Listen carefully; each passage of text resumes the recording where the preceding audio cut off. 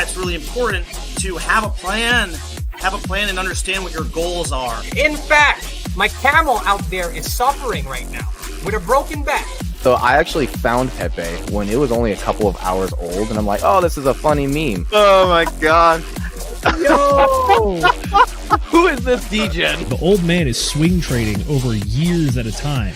And it's like, that's where the real money is made. The answer is a permanent loss. With single-sided staking, you don't have to worry about impermanent loss. Really, at the end of the day, it's just the matter of a macro market. It's just what happens. If you're aware, if you're disciplined, you can hone that into further financial growth. Financial freedom, so where you can actually live life and not have to be constantly living paycheck to paycheck. I mean, that's the ultimate goal, more or less, right?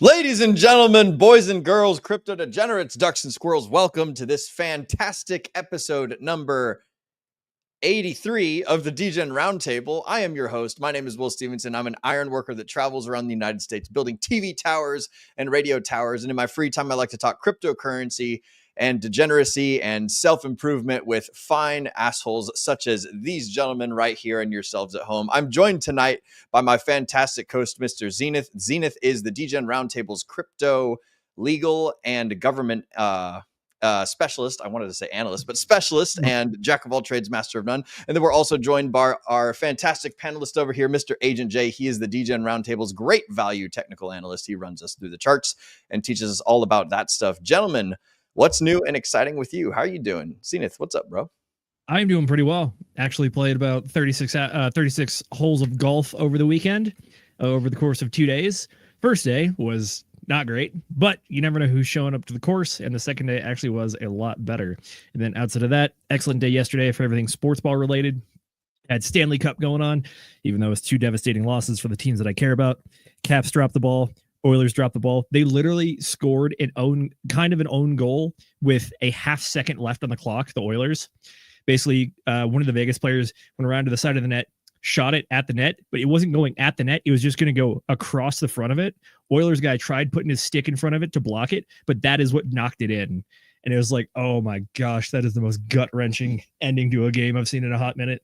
And then outside of that, UFC fans everywhere rejoicing. Bilal Muhammad. Bilal security forgot my name, Muhammad. He lost the belt, and we now have Jack Della Maddalena, an Aussie in there. And oh my gosh, dude's sick. The dude's sick. I'm just saying that much. Excellent. So you're doing good. You've had some great sports ball, and there's some good things going on in the. Yes, I guess the final note though is I have joined Tahini Gang, so we got ourselves a nice Dos Equis, and we got the little spiced rim. So you got some Dos Equis. Well, I'm actually I myself am taking a play out of the Zenith book here, and I'm having silver bullet, baby. Yeah, I'm having myself one of these 16-ounce screw top silver bullets. That was actually from I went on a walk. I don't know if I told you guys this on Whiskey Wednesday, but I walked 20 minutes to the gas station because my truck battery died. And so I had no way to get to the gas station to get beers for Whiskey Wednesday. So I'm drinking a silver bullet out of an old, oh man, this is a Comblock Germany glass right here. It's made of Superfest for all of my Germans out there who know about the unbreakable glass. This is a very fun and awesome glass. I'm super happy about it. But I'm glad to hear that you're doing good and you're drinking great, Zenith. Mr. Agent J, what's new and exciting with you, bro? How are you doing? I am doing excellent. Had a fantastic weekend. Spent some time with the in-laws. Man, it's crazy how much people can transform even in just like a span of a few weeks. I shared with you folks a few months ago that my in-laws have been successful in their weight loss journey, and I saw them a few weeks ago because we celebrated their progress. We had their favorite meal, the Cheesecake Factory, and then they came over this weekend for Mother's Day, and I saw my father-in-law Kevin yesterday, and it's only been like a few weeks since then. He's like down another 20 pounds, and he looks like a completely different person, bro. Like, yeah. He looks so jacked, like all of the years of just like blue collar old man strength like coming through after like he shed all of those pounds. Like, he's so freaking jacked. I was like so amazed, dude. And the same thing for my mother-in-law. So I was just so stoked for them because you don't just see it in like the physical appearance. Like, I told him like, yo, Kevin, do you have any like pictures prior for us to compare, and we took like side by side. I took like a progress picture of him to yesterday, and we compared it side by side to another one of his old pictures. Looks like a completely different person. So not just in the looks, but he's more energetic, right? He's having a lot easier time breathing. Like he's just like there's more color in his face. And it's just amazing to see what you can really accomplish if you're just consistent and build momentum. Because man, they're like my father's lost 64 years old, bro, and 64 years old losing 50 pounds in like 2 months, like shit, dude. And so I don't want to hear excuses from nobody, bro. 64 years old, 50 pounds in 2 months, going strong. So it's been a pretty great weekend, not just celebrating Mother's Day, but celebrating their progress and their accomplishments. So pretty stoked about that. But other than that, man, spent the entire week, because you guys know that we launched our new service on Walk the Block. So we spent the entire week creating more content for our members on top of the stuff that we already do here at the Degen Roundtable. So that's pretty much taken up the majority of my time when I'm not working on the business. I'm working on the content side of things for Walk the Block as well. And everything's been good in crypto market, bro. It seems like we got some good news from Mr. Howard Lutnick when he was talking to those Chinese delegates over in Geneva, Switzerland, I believe is where they had the conference or the delegations being held. So hopefully we're gonna get some good news tomorrow, because apparently the announcement is gonna come tomorrow. We'll see, man. But Bitcoin and the rest of the markets definitely reacted well over the weekend. So I'm sure we'll talk more about that stuff later on. But it's been a good week, man. Excellent. I like it, dude. There's nothing quite like it when one of your loved ones sheds 20 pounds and like they just have a new like outlook on life. They feel great. They look great. And then like you can compare it to their old selves and it's just like, golly, what a cool thing. So I'm glad that you got to be a part of that, bro. That's dude, between awesome. Them, 100 pounds plus in 2 months, bro. That is absolutely crazy. Craziness, man. That and is doing nothing crazy. They're working their regular jobs. They're not comfortable going to a gym yet. So they're just eating properly. They're prepping their meals. They're being more conscious about their food selection, their portion sizing. And they've been doing that for the past 2 months. And it's amazing what small, consistent lifestyle changes can do for you over the course of 60 days. And I told them, you think you've accomplished something in 2 months, just wait till you get a year's worth of progress under your belt and take a look back from where you've come from. Like you're not going to be able to recognize yourself. So yeah, I was pretty stoked and pretty happy to be involved in that for sure. That is awesome, man. And yeah, I'm just going to double tap that. Like food consumption is about 80% of the effort when it comes into weight loss. It's not going to the gym.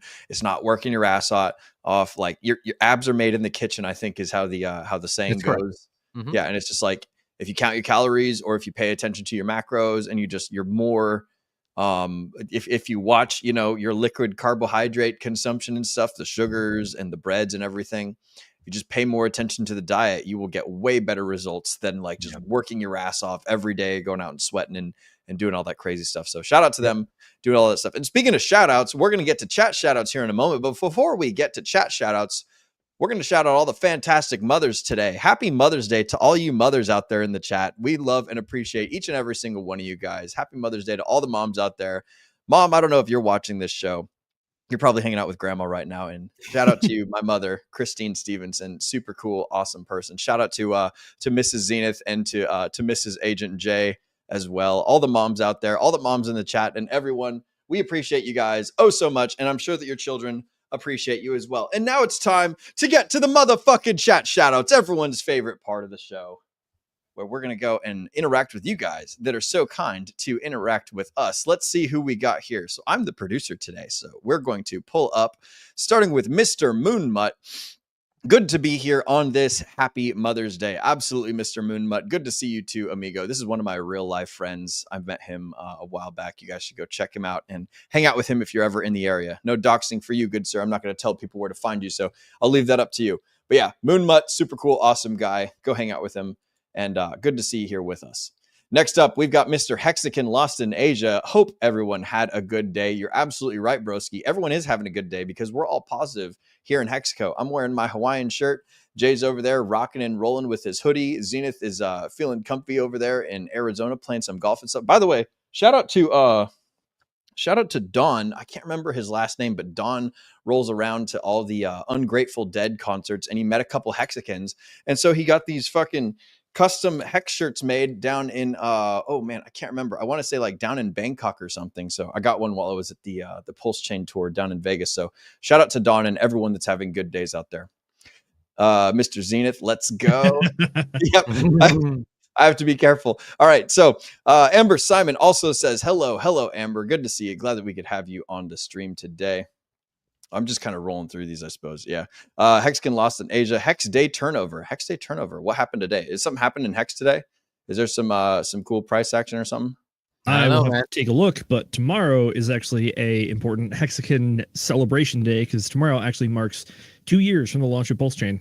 Ooh, 2 years launched of Pulse Chain. Okay. Oh, yeah. So, never mind. I know what he's talking about. Hex day turnover. So, the moment that we start the stream, I forgot about this, is when it's midnight in London. So, the second that we start the stream is when it goes from Hex day X, Y, and Z to the next one. So, that's the Hex day turnover starts when we.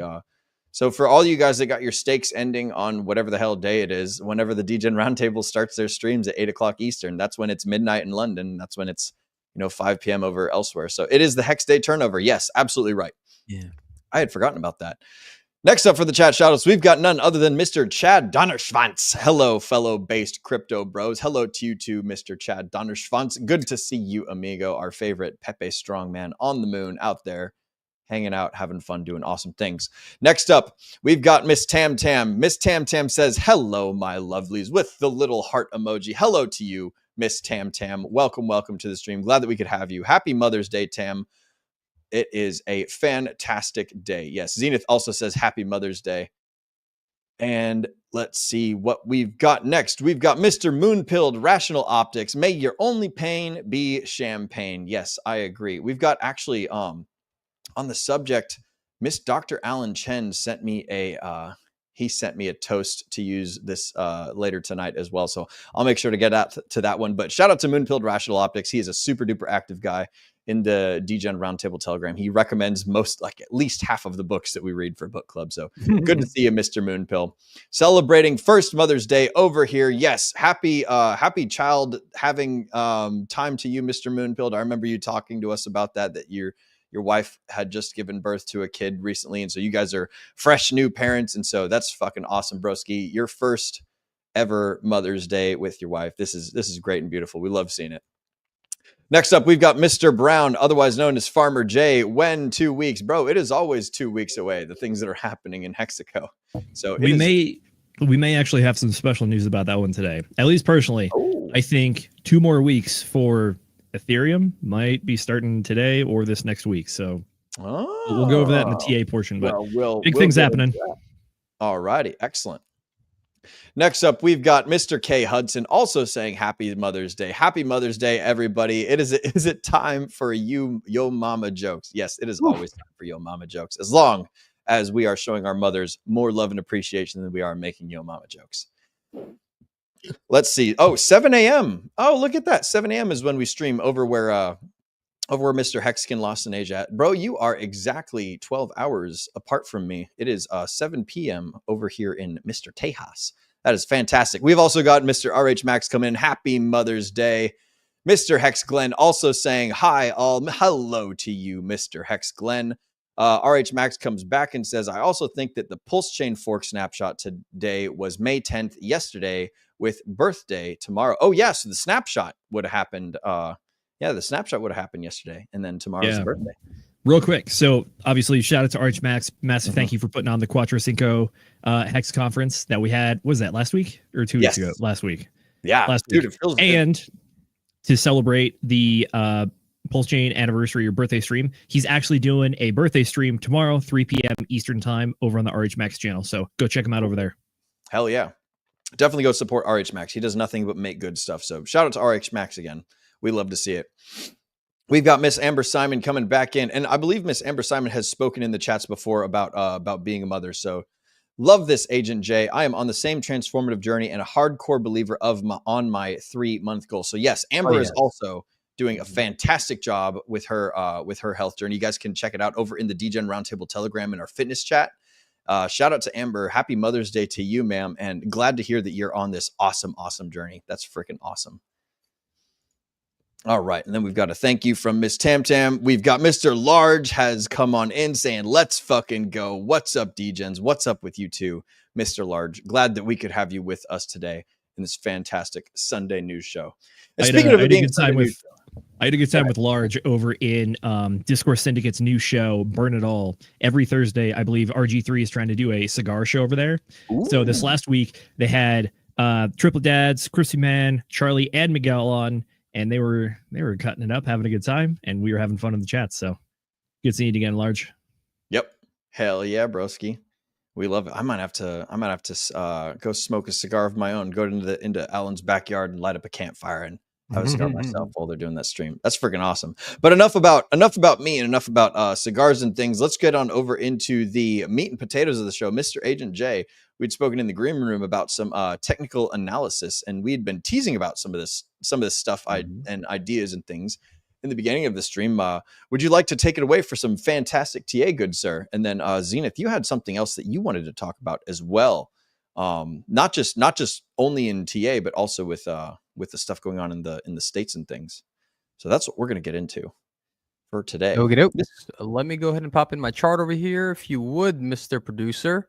Yes, sir. So to start us off, we're gonna go here and take a look at what's been going on in the weekly chart. And as you can see, over the past, 1, 2, 3, 4, 5 weeks, we've had a 5-week streak of green weeks for Bitcoin. Actually, for those of you who are not aware, our last weekly close, which literally just closed just a few minutes ago, is our second highest weekly close, only falling behind our all-time high week back here in, let's see, all-time high week back in December of 2009. So if the momentum keeps going heading into this following, or I guess I should say this new week, 19? Sorry, sir? Or sorry? 2009? Sorry, December 9th, 2024. Oh, okay. I was like, wait, 2009? Yeah. There's something I'm missing here. All right, sorry, go ahead. Yeah, it's December 9th, 2024 was our, it currently stands as our all-time high week, which was, let's see, what did we close? December 9th of 2024, we closed at 104,447. And then the last weekly close, which was just a few minutes ago, was 104,137. So literally missed it, shy by a few $100. But if we get some good news, especially in regards to the tariffs, because we got some news over the weekend that apparently a deal has been made between the Chinese and the United States over in Geneva, then you can expect this momentum to carry us into the new week. So very good 5-week streak of green for Bitcoin. Let's see if we can maintain that momentum.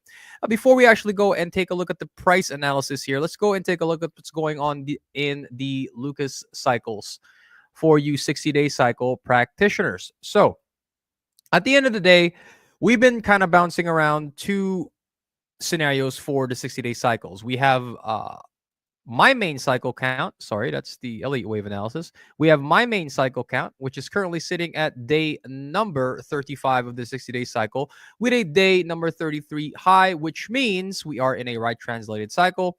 So we are looking for new highs to come heading into day 45, around day 45 at the earliest, before we start looking for a 60-day cycle low, anywhere between day 45 and day 55. And then we expect to see price come down and retrace to find a cycle low sometime around June 6th. So just around the first week of June. The only distinction between this particular cycle count and the alternative cycle count favored by some of my fellow analysts like Zenith, is the failed cycle scenario with a high currently on day 60, and we are currently day 62 of this 60-day alternate cycle count.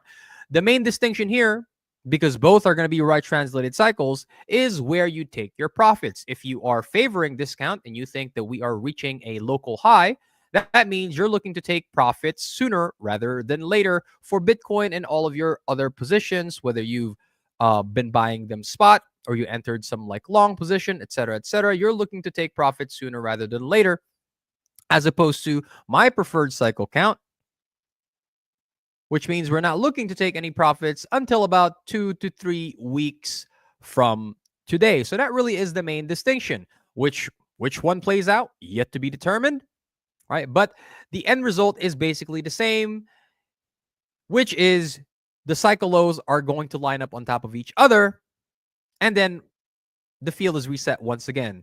Before I move on to the Elliott wave analysis here, Zenith, did you have anything to add in terms of the Lucas cycles? As far as the Lucas cycles goes, I think that this move to the upside and where we're seeing it peak out, it's definitely giving more credence to the idea of the failed cycle. But I think there is a creeping possibility that depending on what the rest of this cycle looks like, it could also give more credence to the idea of the super short, was it 38-day cycle with the day 2 cycle high that we saw, and that this is a new cycle all on its own, and we have that day 33 high right now. Gotcha. A day 33 high for a cycle like this, if it continues to keep going this direction, once it extends out past like 80 days for the failed cycle theory, that's where I think it actually flips back to being the less probable scenario. But as it stands right now, based on all the moves that I've seen and some of the other indicators that I use, I do have a personal feeling that there will be a bit of a pullback here, or a retest, so to speak, unless we continue to just get giga bullish macro news the rest of this week, which is a distinct possibility based on one of the other stories we're talking about tonight. Yep. So as far as failed cycle, I think it's increasingly more probable. As far as this being a new cycle, the longer this one goes, the more probable that one is. But as it stands right now, I think I'm still on the failed cycle side of the house. I gotcha. Yeah, I was explaining. So for those of you in the Telegram, we went on an emergency meeting yesterday for the gang, and I actually floated the possibility of why I would actually prefer the failed cycle scenario, and that being from an Elliott wave analyst point of view, from a structural point of view, it looks to be that we do have a finished impulse. I mean, no matter however which way you look at this chart, whether you're looking at it on the daily time frame, on the 4-hour time frame, this looks to be a completed 1, 2, 3, 4, 5 looking to come in, which would finish the impulse. And now we're looking for a retracement to the downside, ideally creating a higher low before eventual continuation into the remainder of the bull market sometime later in Q3 and Q4 of this year. And so from an Lucas cycle perspective, from an Elliott wave structure-based perspective, it does seem like it would favor the failed cycle scenario. The only thing that would make me lean towards, right, my own personal bias, is if we kept looking for cycle highs, right? If we kept pushing and looking and making new highs, right, heading into around day 45 to day 55 of that alternative scenario. However, the reason why I haven't flipped to the alternative cycle count is because as it currently stands, I don't have any reason to do so. Because unfortunately for the bears, right? Unfortunately for the bears, this local structure here is still corrective in nature. If I were starting to look for a strong reversal to the downside, which would verify the failed cycle scenario, I would be starting to look, I would start to look for impulsive move to the downside, and that's not what we have gotten. Obviously, we headed into the weekend, right? Making that new cycle high over the weekend, and weekends tend to be choppy in general, so that's yet to be determined. However, local market structure remains to be corrective, and we had we're going to go over the local structures here in a little bit. We have a few 886 touches, which means on the balance of probabilities, we're still looking for higher prices to come in. So as an Elliott wave analyst, as a structure-based analyst, I don't have any reason to believe that we are going to suddenly shift and change market structure and head to the downside. I am looking for at least one more high, and then we shall take it from there.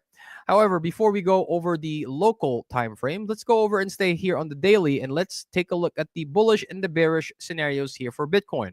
For the bulls, we have a wave 4 low already in here. That's your 74K low, and we are looking for an impulse to the downside in a 1, 2, 3, 4, 5. This is currently your highest probability scenario, unless this turns into a multi 1-2. It is a possibility. However, it remains to be a low probability scenario.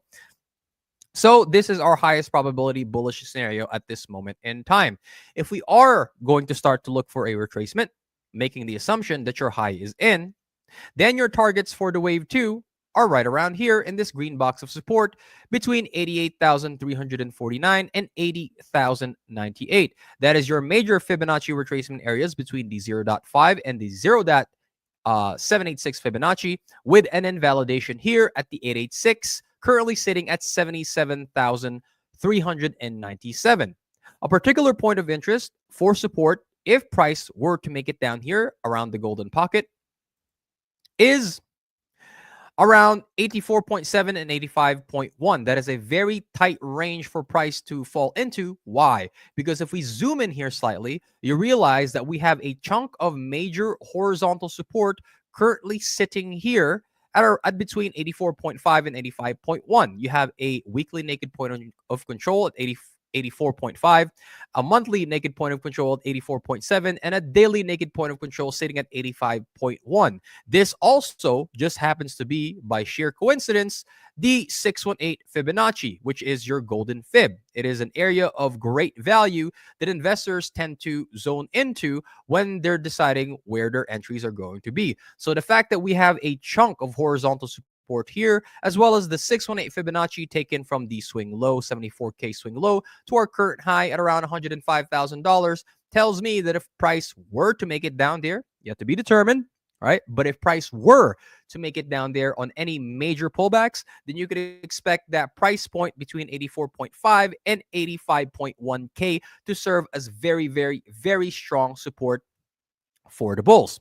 Right. And then once you get a corrective 3-wave structure down there, respect support, and your wave 2 is in, then you're looking for continuation of the bull market into the wave 3 of 5, right? Because remember, for the last leg of the bull market, which is your wave 5, you're looking at an impulse to complete that wave 5, right? So we're looking at wave 3 of 5 for the next big leg up. For the bears right now, there is always a bearish scenario. The main bearish scenario is a WXY flat. Right? You have a double zigzag here in W. Oh, whoa. That's not what I wanted to do. You have a double zigzag here, 3-wave structure in W. You have an A, B, C, right? 3-wave in A, 3-wave in B, and you're looking for a 5-wave move in C to complete your X. And then you're looking for another move down in Y. Now, a few things to consider here for the bears, why this remains to be a lower probability scenario. Number one, how far the C wave has extended when it comes to this flat. Now, the common extensions for the C wave in an expanding flat is anywhere between the 1.05 to the 1.618 Fibonacci extension. This is way beyond that. This is extending to the 2.618 Fibonacci extension, which is extremely, extremely, extremely rare. However, structurally wise, it does meet all the necessary requirements for an expanded flat, but that does affect your probabilities. All right. So even though we do have the bearish scenario still, this is a lower probability scenario. As far as what your potential move in Y could be, well, as you can see here, I have the 0.7 Fibonacci toggled. That is not a hard invalidation, but it does decrease the probability that you're going to get another zigzag to the downside, right? You're going to get a double zigzag. Very low probabilities because we hit the 0.7. Also, I have the 0.886 toggled here. We hit it at 104,663, which means what, boys and gals? It means that on a balance of probabilities, you are going to make another new all-time high. So congratulations to the bulls. Congratulations to those of us who still had a long-term bullish perspective on Bitcoin. So what do we have left in terms of corrective structures for Y? Well, you could have a flat, which is what I have here, right? Another flat, so another A, B, C, potentially taking out that $74,000 low, or you can have a triangle, an A, B, C, D, E, and then continuation to the upside.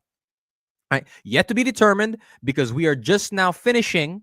If you are looking for the bearish scenario, we are just now finishing the last leg of that correction, and then we take it from there. But like I said, the fact that you hit all of these invalidations, 0.7, the 0.886, the fact that your C wave for X extended way, way, way beyond the common extensions decreases the probabilities that we are still looking for, that we are still favoring the bearish scenario, right? So in my personal opinion, as an Elliott Wave analyst, any move to the downside should be seen as a buying opportunity. But we take it level by level. If market structure suddenly changes drastically, then we'll take it from there. But as of right now, I don't have any reason to believe that we are going to suddenly shift in market structure, right? And then your targets for your Y at the maximum is you take out the low of B somewhere within this structure, within this green box of support, anywhere between 59,800 and 68,600. Yes, I know those numbers are scary, but those are your major fibs, right? The major fibs are taken from the start to the end of W to the end of X, and that's how you get your major targets for your Y, right? I know those numbers are scary, but hey, we cross that bridge when we get there. And then a particular point of interest for the bears is the 63,511, because that is the range point of control around here in 2024.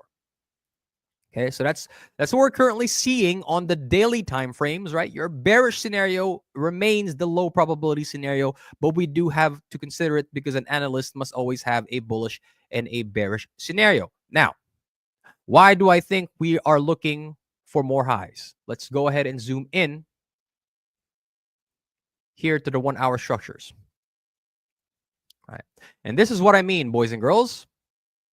Every single move down that we've had has been corrective in nature. Let's go ahead and zoom in here into this structure so you could take a look at it. All right. Every single move that we've had when it comes to the downside has been sideways, three wavy, range bound in nature. I mentioned an 886 touch earlier. This here was an 886 touch. This here is an 886 touch. So on a balance of probabilities, we are looking to take the local high. If you guys have been watching the Telegram chats or the Telegram streams, or if you're a member of the Walk the Block membership area, then you should already know this because you got the alpha before anybody else, eh? And if we zoom out again here once again, I mean, take a look at this, guys. All right, this is what I mean. Why it's important to take a look at market structure. What do we look for when we look for a continuation of the overall trend? First, impulsive structures to the upside, just like we saw here.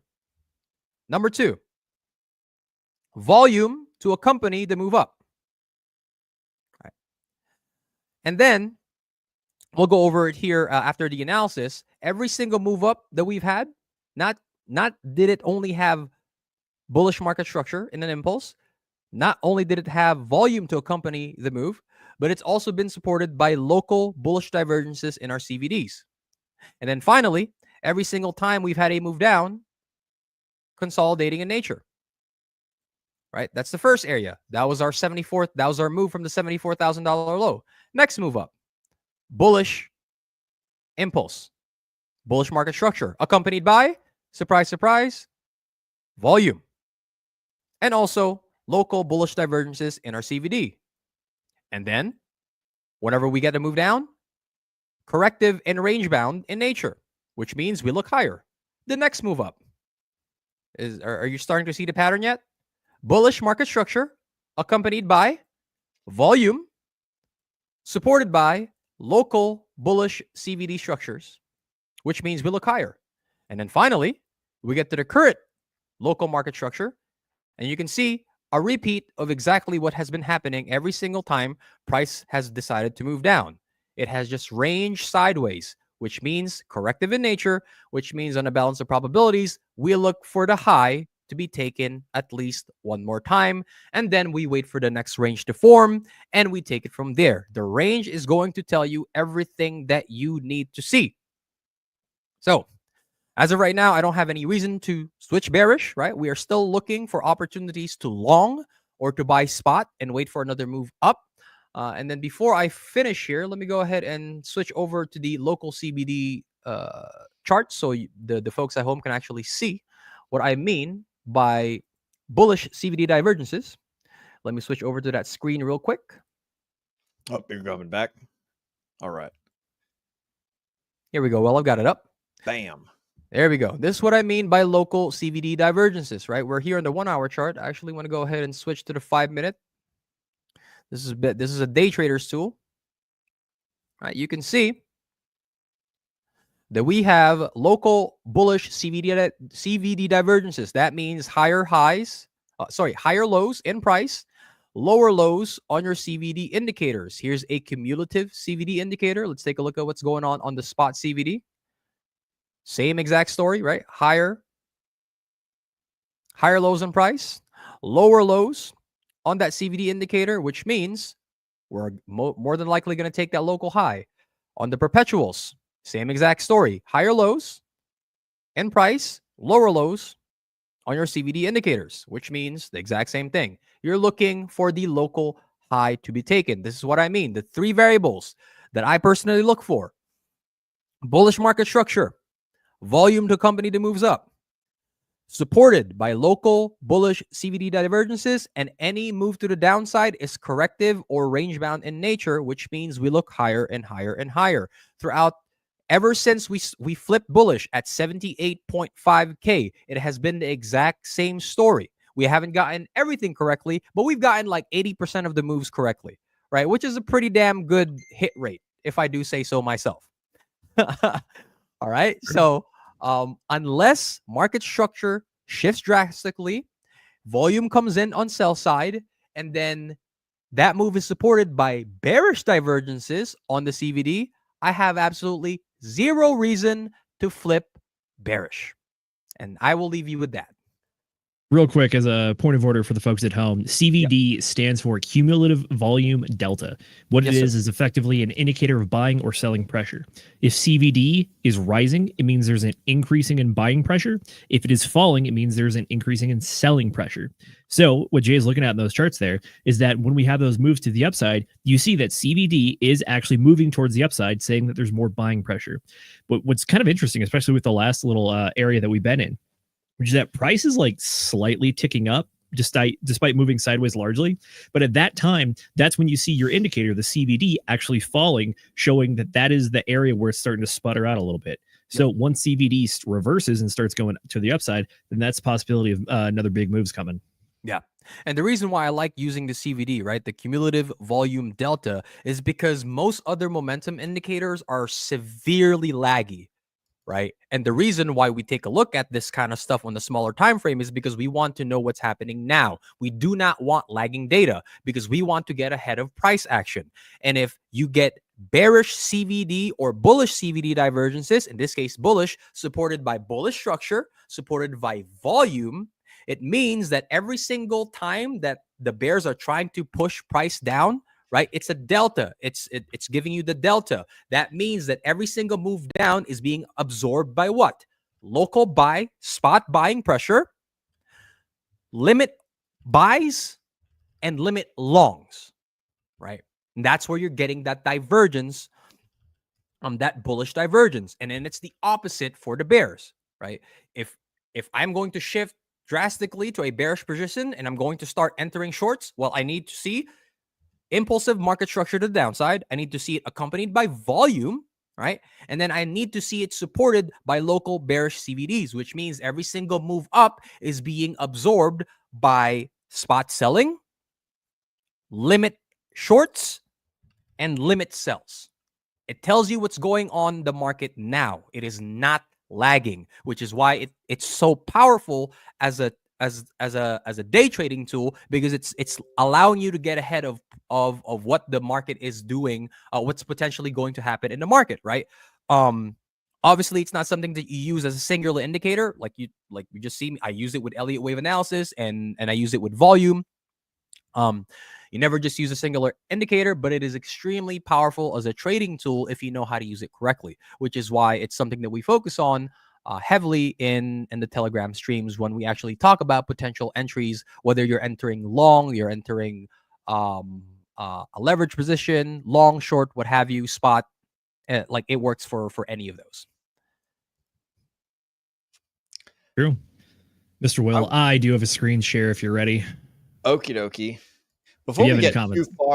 too far away from the volume discussion, I'm curious. I heard and again, I'm not the TA guy.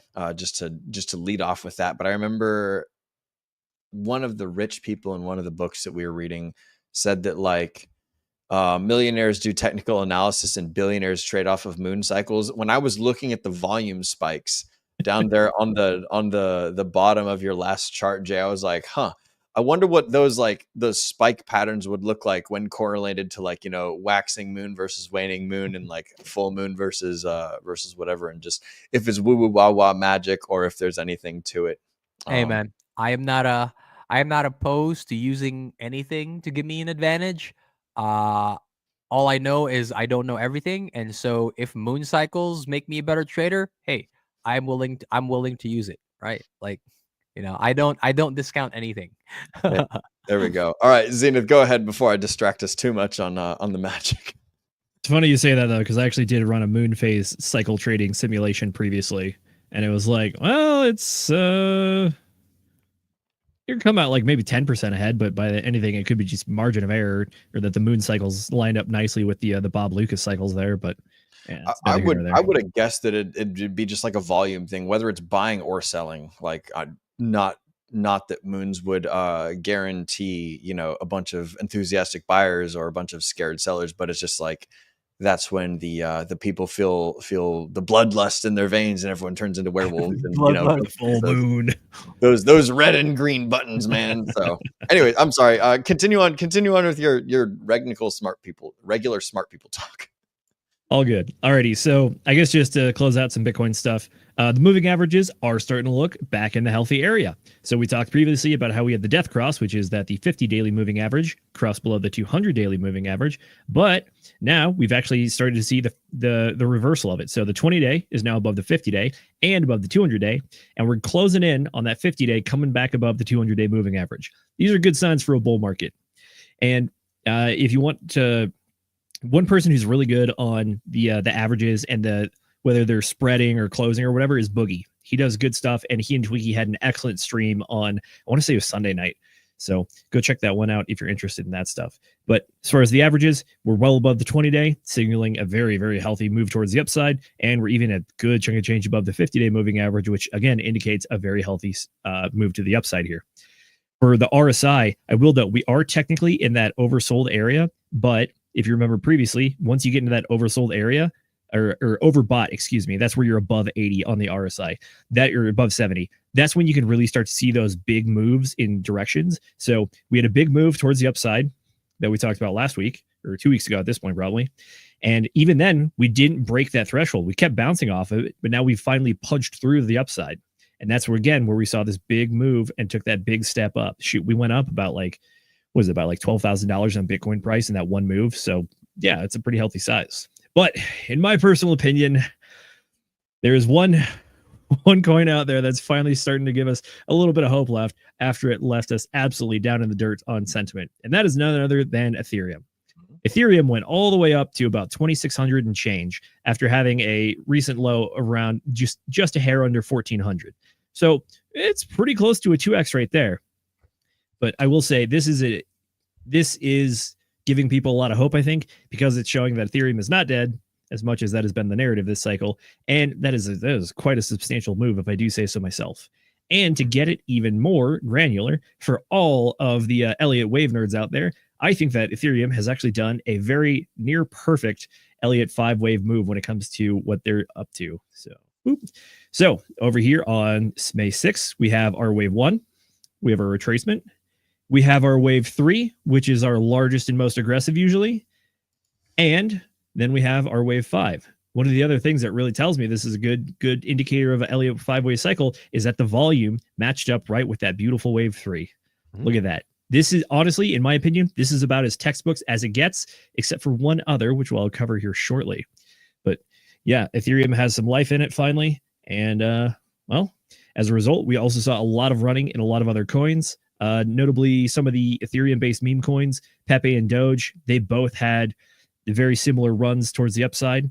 And then we did have that retracement on Ethereum in the last day pretty much. So over the last 24 hours, a lot of the other altcoins have been in the red by 5 or 6%, but that's just coming after they all pretty much did a 15, 20% move towards the upside at minimum. So a lot of action going on now. We're seeing those market forces really showing themselves, showing that correlation between who's correlated to what and everything going on. And as always, Bitcoin's leading the way on this one. So that other near perfect 5-wave thing for me, that's going to be none other than Sui. Sui has had a fantastic last 2 weeks, and it's done very, very well. So again, we're going to pull up our good old Elliott wave. So we got our wave 1, 2, 3, 4, and 5. And just like the other ones, we have those massive volume candles on the wave 3. This is what we're talking about when it comes to Elliott wave theory. Elliott wave theory at its core is a trending market tool. So when the markets are trending, that's when it really shows itself and shows its use. One of the key factors here is that your wave 3 is usually going to be or pretty much always going to be your longest, most aggressive move towards the upside. And then your wave 5 has the ability to pump very hard, very short. And wave 5s are also somewhat known as erratic. So, but outside of that, when we're having a trending market right now, where we see a large rally in Bitcoin, large rally in everything else, this is where you see this tool really shine, and you can start to identify these sort of things. But on the contrary, though, just remember that after you have a 5-wave move towards the upside, you usually have a 3-wave corrective move towards the downside. Granted, it can vary in its shape and appearance, but that's typically how these things go. You have 5-wave moves to the upside, 3-wave corrective moves to the downside, followed by more 5-wave moves to the upside. And then even when you zoom out, you can take a look at those individual waves and their corrective nature, and they build an even larger picture of that 5-wave structure. I mean, as far as everything going on, though, shoot, it has been a good month to be in crypto. Not gonna lie, finally feels good to see some green candles for Ethereum here, and that has been excellent. And notably, again, Ethereum going over and up into that overbought zone on the RSI, showing a lot of bullish momentum. And that is great news to see if you are an Ethereum holder, or if you took advantage of buying some of these lows as we dip back below $2,000 and even below $1,600, which was kind of unheard of for being at this point in the bull market. Hey, what you think? I agree with you. I don't want to get too deep on the weeds in Ethereum, but because we already went deep into the analysis for Bitcoin, and for anybody that's interested, we did a deep dive on if both the macro Elliott wave structure for Ethereum and also the 4-hour structure for Ethereum, but that's at our members area and Walk the Block. So you're gonna have to jump in there if you want that analysis. But generally agree with everything that you have said here in terms of the Elliott wave sequences. One thing that I do want to mention, and I'm not sure if this is just sheer coincidence and happenstance, but apparently the Ethereum upgrade for Pectra has made Ethereum deflationary again. I have yet to see those metrics actually play out on Ultrasound Money's Ethereum supply metrics are down. They on their website they're like we're transitioning to the Pectra upgrade, so we don't have that data yet. So really the only data source that I can pull from is over here in I don't even know this particular website. Let me go ahead and share this real quick, Zenith, or Will if you're producing. But I'm seeing on crypto Twitter that the Ethereum supply is down. But according to this, right? So if we were to trust this website, right, they keep track of the Ethereum daily supply issuance and the totals, and it doesn't seem like Ethereum has become deflationary like you're seeing it in crypto Twitter, right? Because right now Ethereum supply is still sitting at 120 million, 120.73 million, and that trend line hasn't broken. It's still a slow grind to the upside, and it hasn't become deflationary, at least according to these metrics, right? We'll have to wait for Ultrasound Money to update their to update their numbers. But according to this chart, Ethereum still hasn't become deflationary. As you can see, all right, the merge happened in like June, July, I think it was around that time in 2022, right? We were sitting just below 20 million, and we had a dip below there, right, for a short period of time, right, when Ethereum started becoming deflationary. I think we hit a low of like 120.7 million sometime in 2024, Q1 of 2024.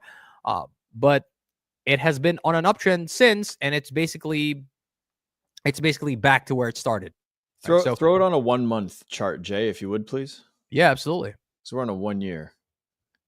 Yeah, so that the slope, if the slope is up, then it's inflationary. Slope has started going just ever so slightly, started going down a little bit. So that might be what they're referring to. You know, but it's like 30,000 or something. Yeah, it's a start.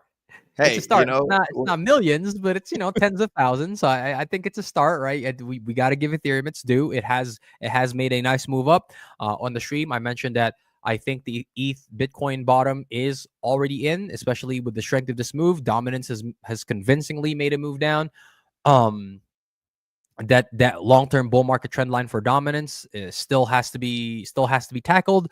But other than that, I really think that that the ETH Bitcoin bottom is in, and we literally missed out on the 886 for ETH Bitcoin by a hair. So remains undefeated. Golf clap for Ethereum. No, it didn't touch it. It has to touch it. Oh, okay. It has to touch it. And it didn't touch it. So we're safe. Fingers crossed. At the 11th hour, it came in and it did its thing. Will. Sorry, I had to do that. We got rickrolled. All right. You got a screen share too there, Mr. Zenith. Yes, I do. Man, here I am. Backgrounds. All right. I just mentioned it. The old Bitcoin dominance chart. And would you look at that on the weekly? We just had a massive red candle for the dominance after a new high for this run. So it's moving towards the downside. In retrospect, it's pretty similar to a lot of the other moves that we've seen in the past when it comes to those large red candles. But I think Jay is definitely onto something when he's saying that the Ethereum Bitcoin ratio is actually bottomed. I don't want to keep jinxing it and saying that this is the time. This is the one. I swear it's totally this one, as opposed to all the 7 other we talked about previously. But this is a great indicator for something like that. And time-wise, even based on where we are in the cycle, this is about when it's supposed to be happening, if it hasn't already happened. So altcoin summer confirmed? I don't know yet, but it's a good first indicator for it. Yep. Take it level by level, gang. Level by level. Absolutely. Don't count your chickens before they hatch. True. Outside of that, though, I do want to go ahead and bring up liquidations coming to us from CoinGlass. Over the last 24 hours, there's an interesting thing here, which is that usually Bitcoin is the number one liquidator, but today it is Ethereum. And that is because Ethereum had that bit of a correction that we showed previously in the charts. Meanwhile, Bitcoin is kind of doing more of the sideways stuff that Jay was talking about during his analysis. Overall, though, $320 million in 24 hours. It's a good chunk of change, but it's nothing outstanding by any means. If we actually go down and look at the chart, you'll see that we actually had the most liquidations on May 7th, pretty much 4 days ago. And that was, again, when we had a massive move for Bitcoin. A lot of people were speculating it was going to go short. Instead, kept going up. So that's where you see those liquidations there. And that was a almost $1 billion day in liquidations. We had 835 million on the short side, 131 million on the long side. So that's like 9.6-ish or 960 million. So not quite the $1 billion day, but still a big day nonetheless. And if you want to switch over to our ETFs, here we go. We got the Bitcoin ETF coming in. A lot of inflows over the last 2 weeks as we've seen price moving towards the upside. And we've had 2 little days there where we've had a little bit of selling or outflows on the ETFs. When it comes to the Ethereum ETFs, similar stuff. We've pretty much had a lot of Ethereum outflows over the long time. But the last week, look at that. Massive inflows coming in, a little bit of outflows. But we also had the big move for Ethereum over the weekend, meaning that this data is not going to track that because this tracks the ETFs, which is primarily traded with the stock market hours effectively. So overall, excellent data coming in for these guys. We're seeing inflows finally starting to eclipse the outflows, especially for Ethereum, because my gosh, Ethereum has been lagging the vast majority of its existence. So in my personal opinion, I think that's good news. Yeah. Yep. Agreed. Oh, and also on further good news, Coinbase 24/7 futures and perpetuals trading finally went live on Friday, which is a big deal because if you guys are not aware, until that happened, right? Because they are now finally approved. I think it was the CFTC that approved them. It was some kind of financial not the CFTC. It's not the CFTC. It's some big financial regulator that they had to get approval of to approve the 24/7 futures trading and perpetuals based trading for Coinbase. And that means that Binance finally does not have a stronghold on what happens over the weekend. All right. For those of you who follow the kind of analysts that I follow in crypto Twitter, you know that a lot of the shenanigans that happen over the weekend is from the whale games price manipulation that happens over on Binance, right? Like the largest amount of liquidations always happen on Binance. That's why Binance is usually separated from other centralized exchange, because that's where the majority of perpetual trading volume happens. And the fact that Coinbase, which is the largest, right, not just here, well, I mean, they're certainly catching up to Binance, but they're the largest centralized exchange here in the West.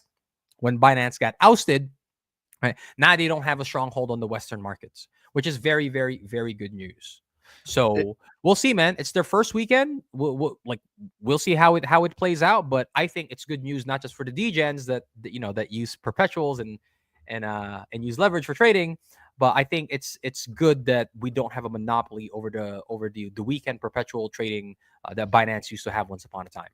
It is the CFTC. They are the ones that are oversight looking. I remember I'd seen this earlier on the crypto news Telegram. Zenith, what did you have, bro? I was just going to give some quick context. Binance, by the numbers, at least for the last 24 hours, accounted for 34% of all liquidations. Bybit comes in at 29%. And then OKX is a solid third place at about 17, 18%. But after that, the list just drops off. Those really are the three big ones. And Binance is usually routinely at the top of the list, like Jay mentioned. Yep. Yeah. So the less monopoly they have, the better it is for the rest of the market, right? Because if the only perpetuals trading is happening on your exchange, like those three exchanges, like imagine here, right, in the United States, everybody always makes a big deal about like Tyson and Purdue or whatever, what have you. They have a monopoly on like the chicken supply here in the United States. It's not really good when a small handful of people control the overwhelming majority of X thing. Right? Yes. So the fact that we've got now that availability here in Coinbase, right? It's pretty good. Agreed. And by the way, the comment that I made earlier when it came to Brown's 2 more weeks comment, I think that if Ethereum has not just against the Bitcoin price, but against just the dollar price, I think that a move this strong to the upsides is signaling that the bottom is in for it.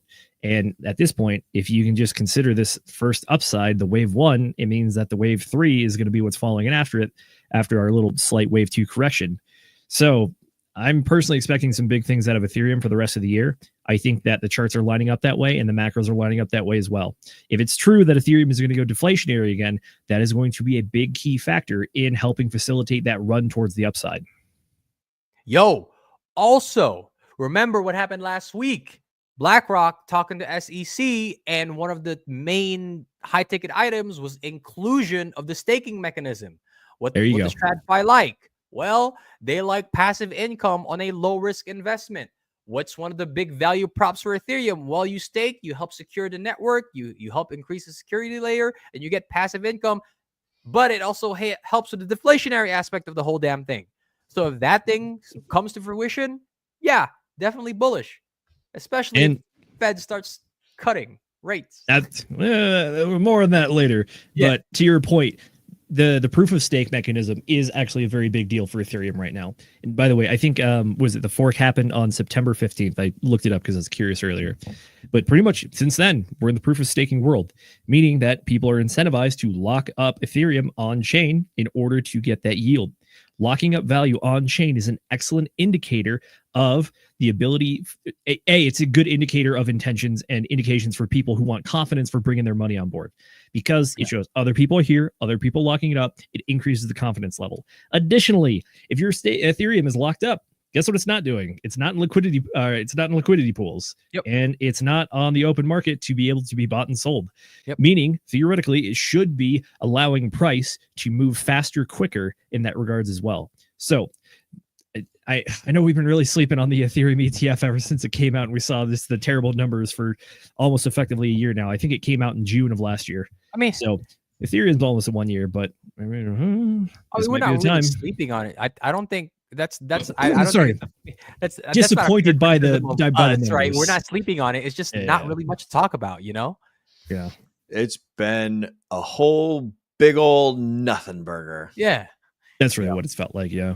Well said, Will. It's been disappointing. Sorry, V. Go fix yourself. Go fix your chain. Yeah, he's working on it. I think the whole L2 experiment that they've been doing has shown that it did not quite have the intention that they wanted. I mean, it worked in certain ways, but for overall price appreciation, didn't really work there. That seems to be the take care of your own house first, bro. Yeah. That was one of the things that that Richard talked about in his new video that he released. Did you guys have a chance to watch that, by the way? Richard's video on X? Sure did. I saw clips. Right. New Richard Hart video came out in very Richard Hart style. He goes radio silence for 3 months and then drops a 1 hour video talking about everything. Yeah. Well, and that's what we got. I suppose it's sort of kind of everything. I have some thoughts on it. Is that something that you guys are interested in discussing, or should we stick to the? Yeah, let's do it. We can definitely talk about it. Don't have any clips prepared or anything, but we can definitely talk about it. Yeah. I'll go ahead and I'll start off as like I'm a pretty big fan of Richard Hart's products and a lot of the things that he makes. And this video to me seemed like I'd watched it a few times and it seemed like it addressed problems that aren't real. Like he's marketing solutions to people who don't have a problem when it comes to pulse chain specifically. Like he kept repeating all the old talking points of like, oh, it's got higher throughput, it's got more it's got, better speed, it's got faster transaction time, proof of stake works better than Bitcoin. And it's like, bro, like these have been the talking points for a long time. I don't know if that's what the market's interested in right now. So I don't know if I'm out of touch in my analysis of whether he's out of touch or not, but that was the sentiment that I got when I watched the video. Like, it was great seeing Richard, it's good that he's back. It's good that he's doing his thing, but it seemed kind of stale to me, the talking points. And like, I love the dude. I love the stuff he makes, but it's like, there's nothing new here, bro. You've been gone for like a year and a half. Like, are you living in a cave? Are you living in a rock? Do you know what's going on? Like, I don't know if he's in touch with the market. That was my own personal read. And like, I don't want to sound too terribly critical, but that was my legitimate concern as I was listening to it earlier today again on Sami's channel, because I watched Sami's videos in like reverse chronological order, and that was the one that happened to come up. But that was my thoughts. I don't know. Do you guys have anything different? Any more feedback? Fair criticism, man. It's fair criticism. Just because we like the guy doesn't mean we don't criticize him. Yeah, and sure. I've watched clips here and there. I do not have the full context, but if it is the case that he's just repeating the exact same old platitudes, then yeah, I would criticize the exact same thing. Like, bro, we know the value prop of pulse chain. Like, we know it. We know it. The rest of the market doesn't give a fuck, bro. Mm-hmm. Right? We give a fuck, but the rest of the market don't. Yeah. It's like, unless you're really willing to die on that hill, and you're gonna repeat the same old platitudes, the same old song and dance, that's fine. That's fine. But you're gonna have to live with the consequences too. And like Will said, I don't think anybody else besides us is interested with the same old song and dance. Yeah, higher throughput, better transaction speed. We've got 17-second blocks. It's like, I don't know if anyone cares about that right now. Yeah. I mean, I could be wrong, but to me it seemed like, hey, I've been hiding under a rock for, fucking 18 months or 2 years or 3 years or whatever the hell it's been since he's streamed last. And I'm still stuck in the same like mind shift. I don't know if you guys have ever had coworkers or friends that had gone to prison or jail or anything before, but like when they come out of the slammer, like they're like, oh shit, like they've missed out on a shit ton of culture and they've missed out on a shit ton of stuff. And I don't know, like, it's not my place to judge what Richard does with his time, but like, I've been here the entire time Richard's been gone, and like I've been experiencing the market from my own little peanut brain diamond hand perspective, and it just seems to me that the things that he's talking about are not the things that people care about. So I don't know. Maybe I could defer judgment. I'd be happy to be proven wrong, but like, And the other thing, the other thing that I had is that like in his absence, it's been like really difficult to get feedback to him. Like I don't, like you guys are probably aware of, there was a website that he was using for a very, very, very long time to talk about like the price of stuff that's on Pulse Chain. And it turns out that that website has not been doing some very great things. The people behind it are up to some behaviors that a lot of people don't think are cool. And there was like no way to get that message over to Richard with his comments being turned off, with him not like communicating with anybody. So like the feedback loop isn't totally complete. Like, I don't know. It's that's my own personal thoughts. Like I love seeing him back. I would like to see more.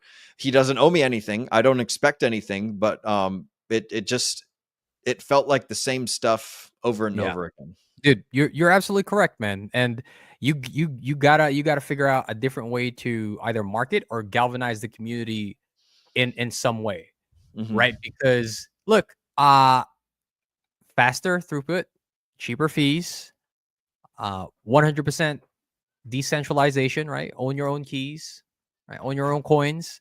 All of those are great. I'm sorry to say, man, Solana does the exact same thing. Yeah. Sui does the exact same thing. And yes, Solana does go down sometimes, not ignoring that. But you got cheaper fees, faster throughput as well. And the big difference is it has a lot more volume. It has a lot more market share of attention. Yep. So they're doing something correctly, my friend.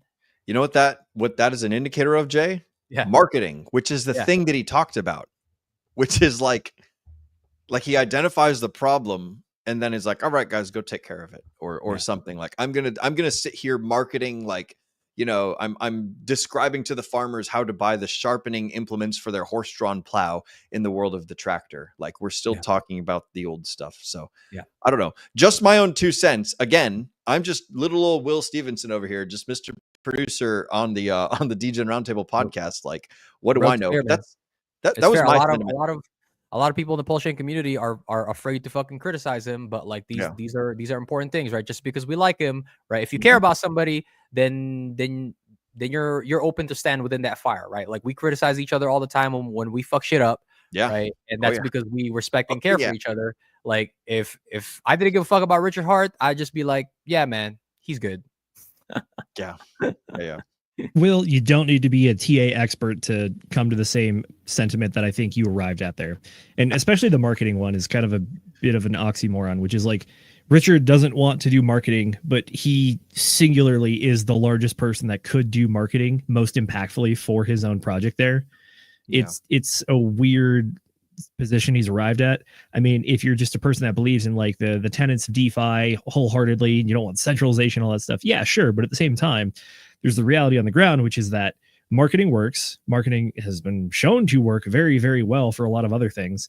And having Richard gone for as long as he was definitely did not help the marketing aspect of things.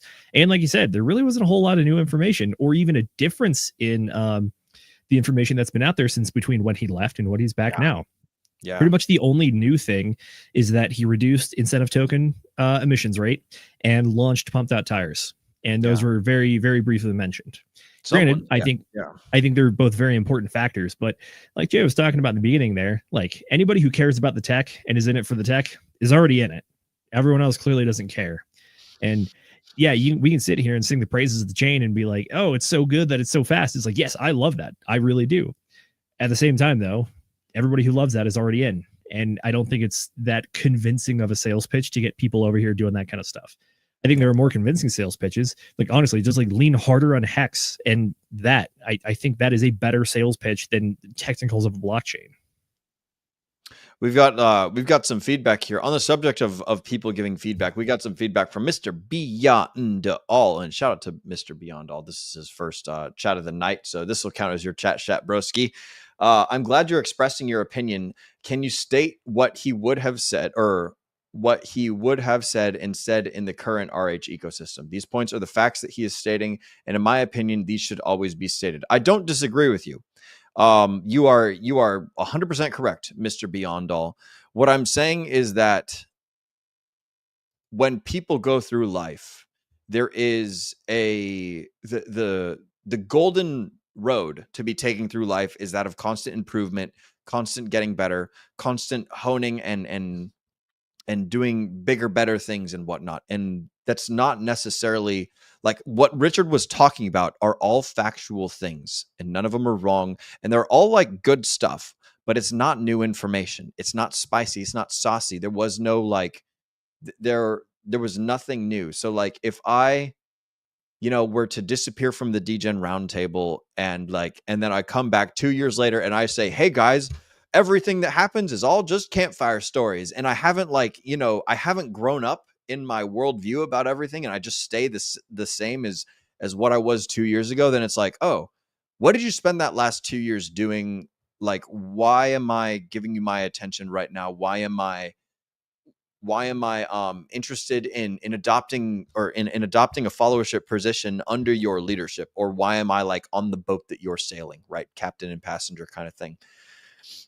That's what I'm expressing here is none of the, I don't think that anything he said is wrong. What I'm saying is that I'm a little bit disappointed that there wasn't anything new or fancy or exciting. And perhaps that's on me for having an expectation, right? But at the same time, it's like, I'm trying to find the coolest thing, the most awesome thing, the most effective thing. And maybe it's not always the most spicy, fun, and awesome stuff, but, I'm looking for growth. I'm looking for adaptation. I'm looking for marketing. I'm looking for a whole bunch of things when I go through like the leadership checklist of what I'm looking for. So that's my own perspective, Mr. Beyond All. Thank you for your words. And you're absolutely right. Like, he did say some great points, and those are some great points that should be repeated. And I will say that like, it's good that he beat the SEC. We kind of expected it, Sami put it very greatly when it said like, yeah, it was priced in from the moment that all that stuff like started happening, and there was like a FUD event and blah, blah, blah, blah. Like when the SEC narrative finally went away because we had like definitive victory, there was no crazy price action that followed it, which just means that, yes, it was priced in. We all already knew that it was going to happen. There was like, I think maybe a 20% or a 10% swing or something like that. I don't exactly recall, but there wasn't anything crazy. So that's my own particular thoughts. Thank you for your feedback though, Mr. Beyond. Those are extremely good points, Will. I will agree with you. And to Beyond All's point, all of those things are true, but it doesn't change the discussion of it doesn't change the crux of the discussion that we've been having, right? And it's that you're repeating the exact same platitudes, right? Me repeating the truth to you over and over and over again. It's like, cool, those are true things, but like Will has been stating, like we've all stated, how does that bring in new people?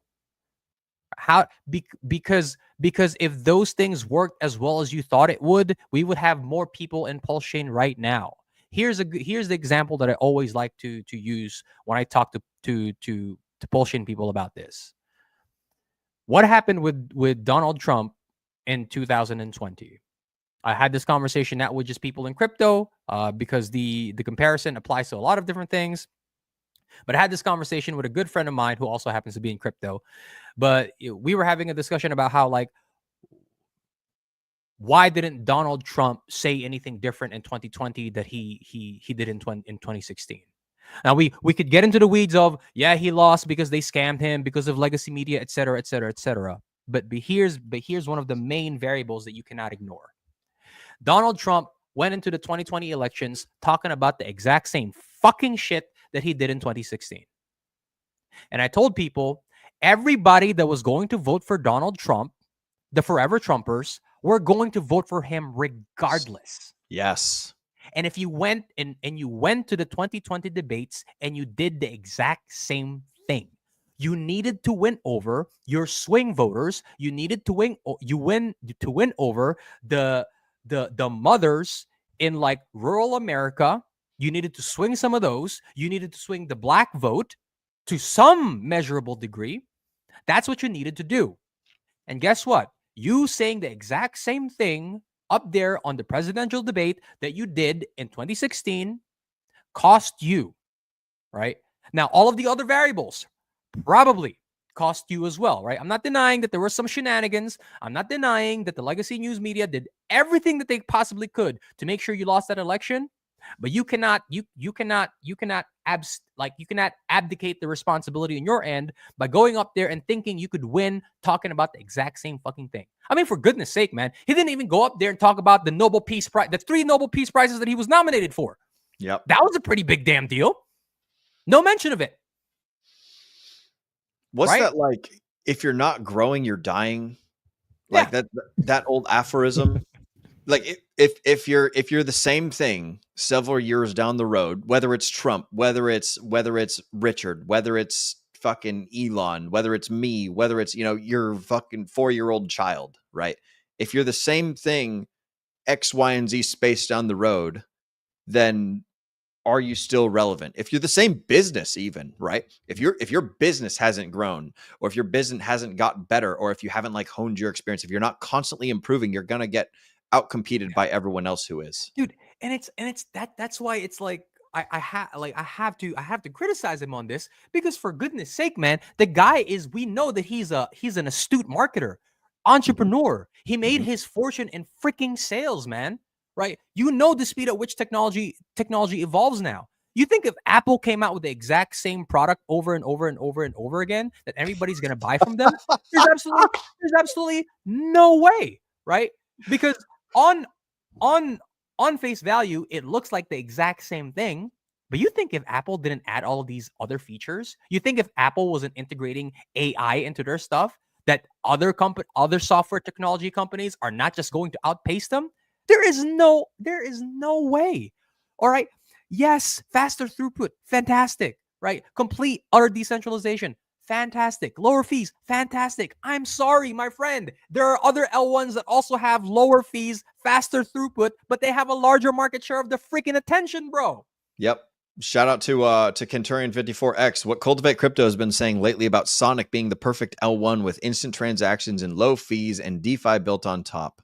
The narrative for Pulse Chain should be free speech and decentralization. I agree with that. That is a good argument right there. And shout out to Cultivate Crypto. Shout out to Kenturian. 54% is right on the money here, but there's also a second half, which you didn't even mention, which is that the founders inside of the Sonic ecosystem are fantastic founders in regards to that they know what their job is, and I think they do it very well. Not only do they lead big companies and projects and whatnot that make good projects at its core, but they're also charismatic figures that have a good grasp on the situation at hand, how to do networking, how to do advertising, and just how to be present. And unfortunately, one of the biggest knocks against Richard Hart you could have is that he's just not very present. Largely, it's been, in my opinion, due to the SEC case going on and him being a good legal client, which is that you shut up, you know, let the lawyers handle it. But unfortunately, that doesn't work great for a crypto founder, which is you kind of got to be out there talking the virtues and actually getting feedback with people and not having your comment section turned off and all that stuff. Yep. So, Go ahead. I was going to say, honestly, like if you want to give the best scenario for what Richard Hart should be doing is I think he should go back to kind of what worked for him in the past, which is doing chats with people live on camera, whether they're adversarial debates or whether it's explaining to porn stars cryptocurrency for the first time, whatever it is, it's good to be talking to other people with other audiences instead of just coming back to your crowd being like, we're the best, and hoping that that's going to get other people in. Which old news, bro. It's old news, man. We know the same old song and dance. We bought the Kool-Aid, bro. Like we know the platitudes. But does anybody else care? No, right? To do the Monday morning quarterbacking here. What he probably should have talked about in the video instead is maybe teased and played around with like pump.tires more and be like, here's all these tokens that we've launched. Yes. Here's all the successes. Look how cool they are. Oh, by the way, all this stuff is done cheaper and better than Solana through their pump.fund mechanism. Like it's better and it helps the ecosystem. So it's like, if you want more value for your money, you can do the same thing over here. And if you don't see a token that you like yet, guess what? You could probably make one. It's open. It's free. Anybody can do it. That kind of stuff.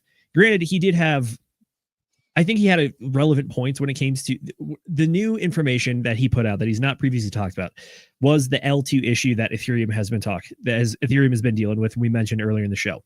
At the same time, though, not too many people care about it. And I think it's going to be very hard to package that in a way that is going to make it more appealing to other folks. Yeah, man. Like, come on, man. Come on. It's classic marketing, right? Alcohol, tits, drugs. Come on, bro. Like RH is the guy, like he's built his brand on buying stupid amounts of Louis Vuitton and Gucci stuff and driving F1 cars and hanging out with supermodels. And it's like, why not just do that? Like literally just do that. Like that is better than the black screen.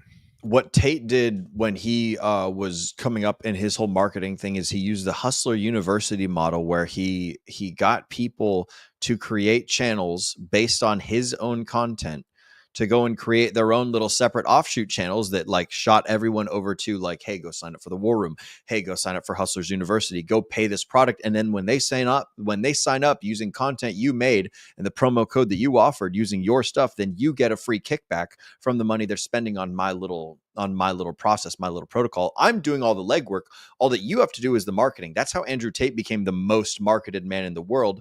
Same thing with Trump, or well, similar idea. Trump goes and he speaks everywhere and causes a ruckus. Same thing with Kanye West. He goes out and he ruffles feathers. Shout out to Kanye and his crazy songs that he's making. Like there's so much there's so much outrage marketing that can be done. There's so much attention economy out there that is just ready for the next cool thing to happen. One of the things real quick, I don't want to let your point go understated. Andrew Tate fundamentally changed social media. Yes. Which is that the way that he did things, which was actively encouraging people to go clip things, go put it out for yourself, literally go make money off the clips you make. Yes. That was the fundamental shift in social media. Because until that point, people were very copyright claim heavy and they didn't want other people utilizing your stuff. And he said, no, take it, use it, get wealthy off of it. I don't care. The more you talk about it, it's only good for me. And if you're making money off of it, guess what? It incentivizes you and more other people to do it. And they're still talking about me. Correct. Like, that's how the market got flooded with all these shorts, flooded with all these reels, flooded with all this stuff of like Andrew doing like, oh man, look at this crazy shit he said to these women on stream. Look at him going and riding around like, what color is your Bugatti? He was doing all of this outrage marketing, all of this fantastic and awesome stuff, in addition to the philosophical side, in addition to the stoic stuff, in addition to the fighting, in addition to the self-betterment, and all of these. Like he had a whole swath of content creation happening, and he essentially just he didn't hire an army. He incentivized an army to go and do his work on his behalf by giving them all the ammo that they needed and giving them a product that they could sell. And he turned a whole bunch of just regular, everyday, normal guys into fantastic marketers by giving them a financial incentive to do so. Now we have something similar here in the cryptocurrency world, right? We are financially incentivized to talk about the things that we like to talk about, right? If I'm talking about X, Y, and Z token, it's probably because I have some, right? The odds of me talking about a coin that I don't have, very slim to none, unless there's entertainment value into it that I just want to increase my brand or increase my awareness or something like that. So the same thing sort of kind of exists, but in a much less direct way for cryptocurrency influencers and things like that. And the other thing that I wanted to touch about, to bring it back to Richard Hart real quick, though, because I think Richard Hart actually, that's where I was about to go. Oh, sorry. Not trying to jump the gun too much. Richard Hart, I think, was in a similar marketing strategy as Andrew Tate, because Richard Hart famously did the outrage marketing. Yeah. But I think that the core content was very similar to the same, but what they did with it was fundamentally different.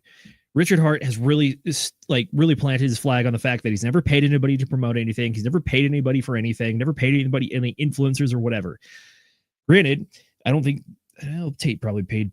Yeah, Tate probably paid people, especially for podcast appearances and stuff. Yeah, So they would essentially get a sales commission. So it's they're paying themselves, but they're earning a paycheck by doing a thing. Yeah, I guess I'm just trying to mentally walk myself through what are the possible moves that Richard could have done with this similar type of marketing, but still maybe maintain the principle that he doesn't pay people for this stuff. I don't think it's comparable. Not in the sense of decentralized cryptocurrency that's just a massive bank account that anyone can add to, anyone can pull out of. With Tate, it was all based on selling the War Room membership and based on selling Hustlers University or whatever it's called now, the Real World or something, right? It was based on two financial products that were hey, this teaches you how to do the thing that they're literally doing right there. So it's essentially just a big, giant, massive lead generating magnet that then goes and creates a self-fulfilling prophecy. Now, is it sustainable in the long term? It's debatable, right? There's only so long that people can take content that is here's Tate driving a new Bugatti. Now go sign up for the War Room and I'll get, you know, a 10% cut of that. Like that only lasts for so long. So that's more of an immediate gratification kind of financial product. Whereas what Richard Hart's trying to go for, he's focused more on longevity. He's more focused on things lasting a long time and health and fitness and more like science and research and stuff to make people live longer. So like, I don't know if there's a good example of a way to do the same thing in the cryptocurrency sphere that Richard operates in. But that's my thoughts on that. Was that the end of your? Go ahead. I've got a thought on Richard Hart and leadership stuff. Whenever you're finished. For sure, I think with Richard Hart, the end user products are fundamentally different. Which is that one of them, he was trying to sell his own business effectively, versus Richard Hart is trying to sell a cryptocurrency in order to get people invested in it so that they can benefit for themselves.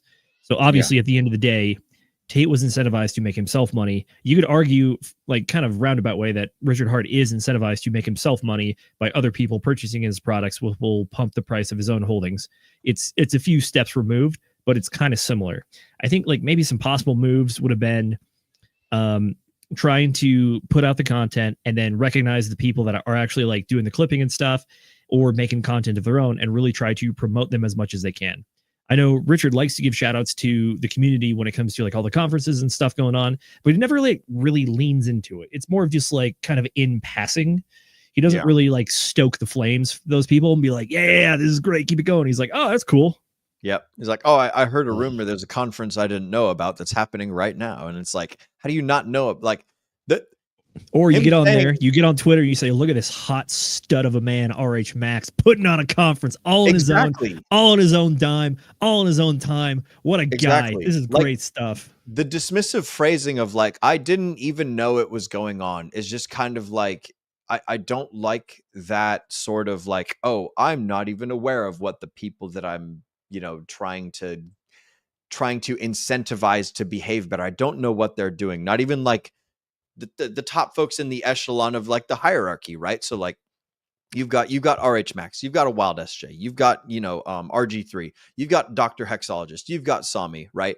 Like these guys are all the biggest ones in the space. I'm pretty sure it goes Sami, Coffee, Charlie Miguel. Yep. I think they might have surpassed RG3. RG3 was the big one for a long time. Coffee's, I mean, Sami's another animal. Coffee absolutely blew up. Charlie Miguel also blowing up. Yep.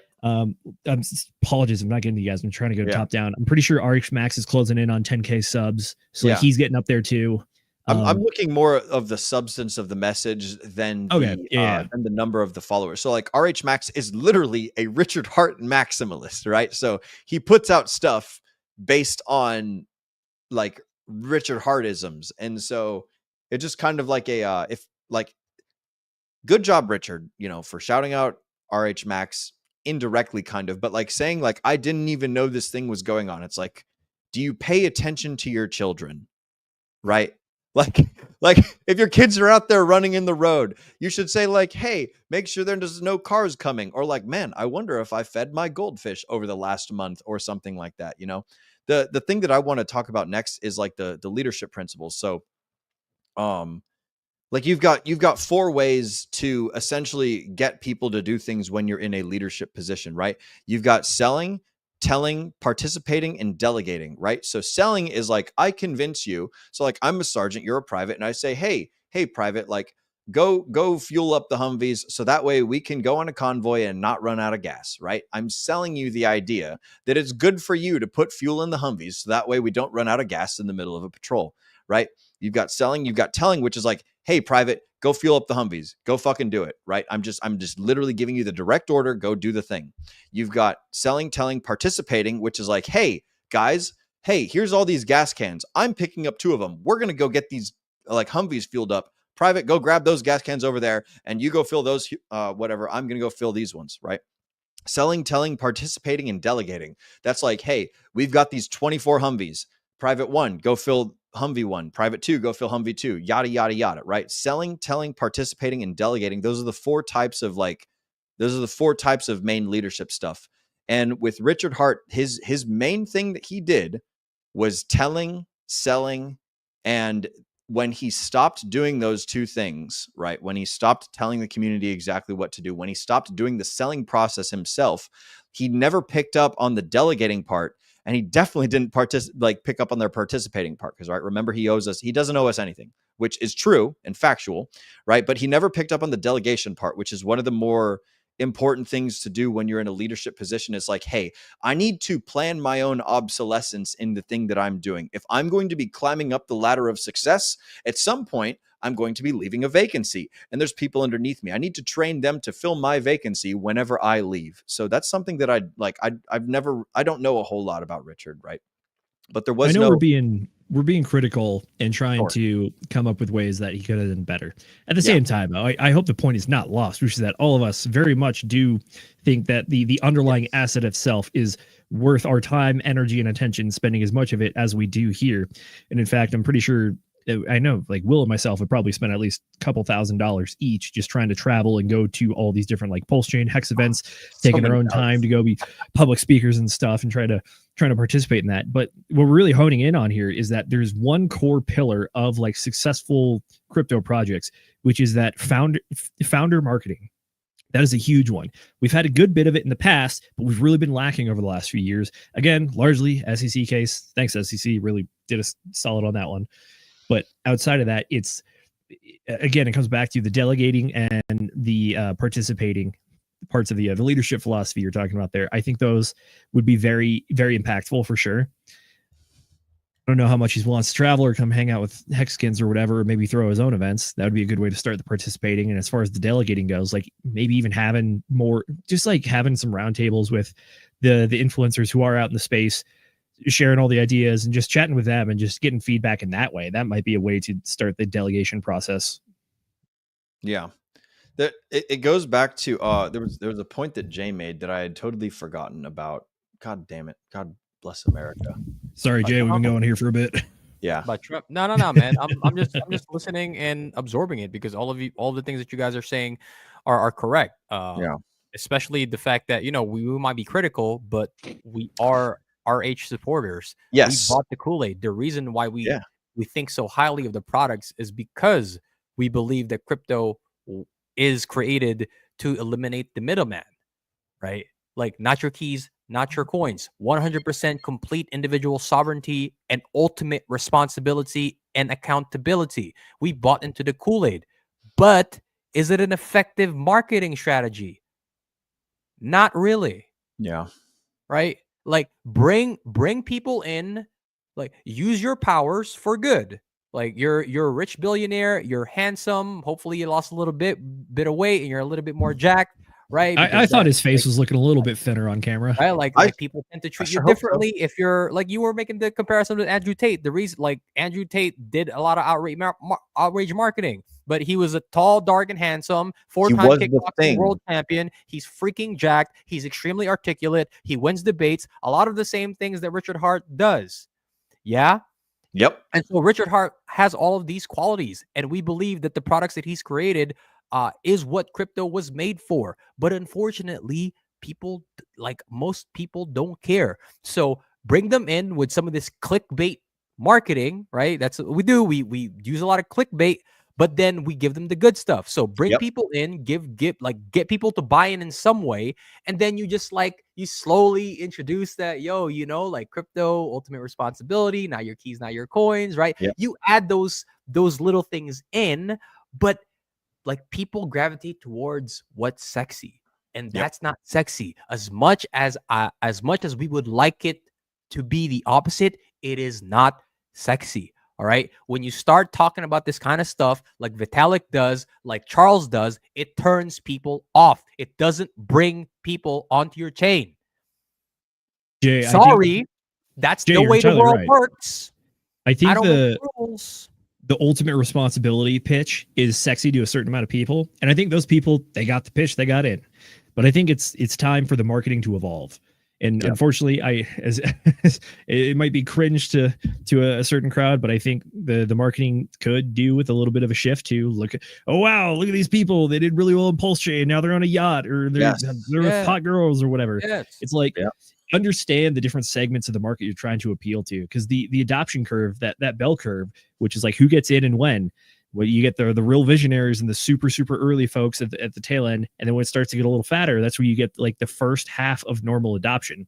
We got to start getting ready for that part, because that's the part that's going to come next for this. You need a little broader appeal, less high IQ appeal, more just kind of like direct. I guess emotional appeal is probably the worst way to say it, but appeal to them. Be like, look, people are making money over here. It's absolutely possible. Why not you? Yeah. And we say these things. I remember what my point was that you had said earlier, Jay. We say these critical things about Richard because we care. If we didn't care, we wouldn't be saying a goddamn thing. We would be right. If we didn't care, it'd be Charles button. Hodgkinson, and we'd I get would've his sold name a long half the time time. ago, bro. I would have sold a long time ago. Yep. If I didn't give a 100%. fuck.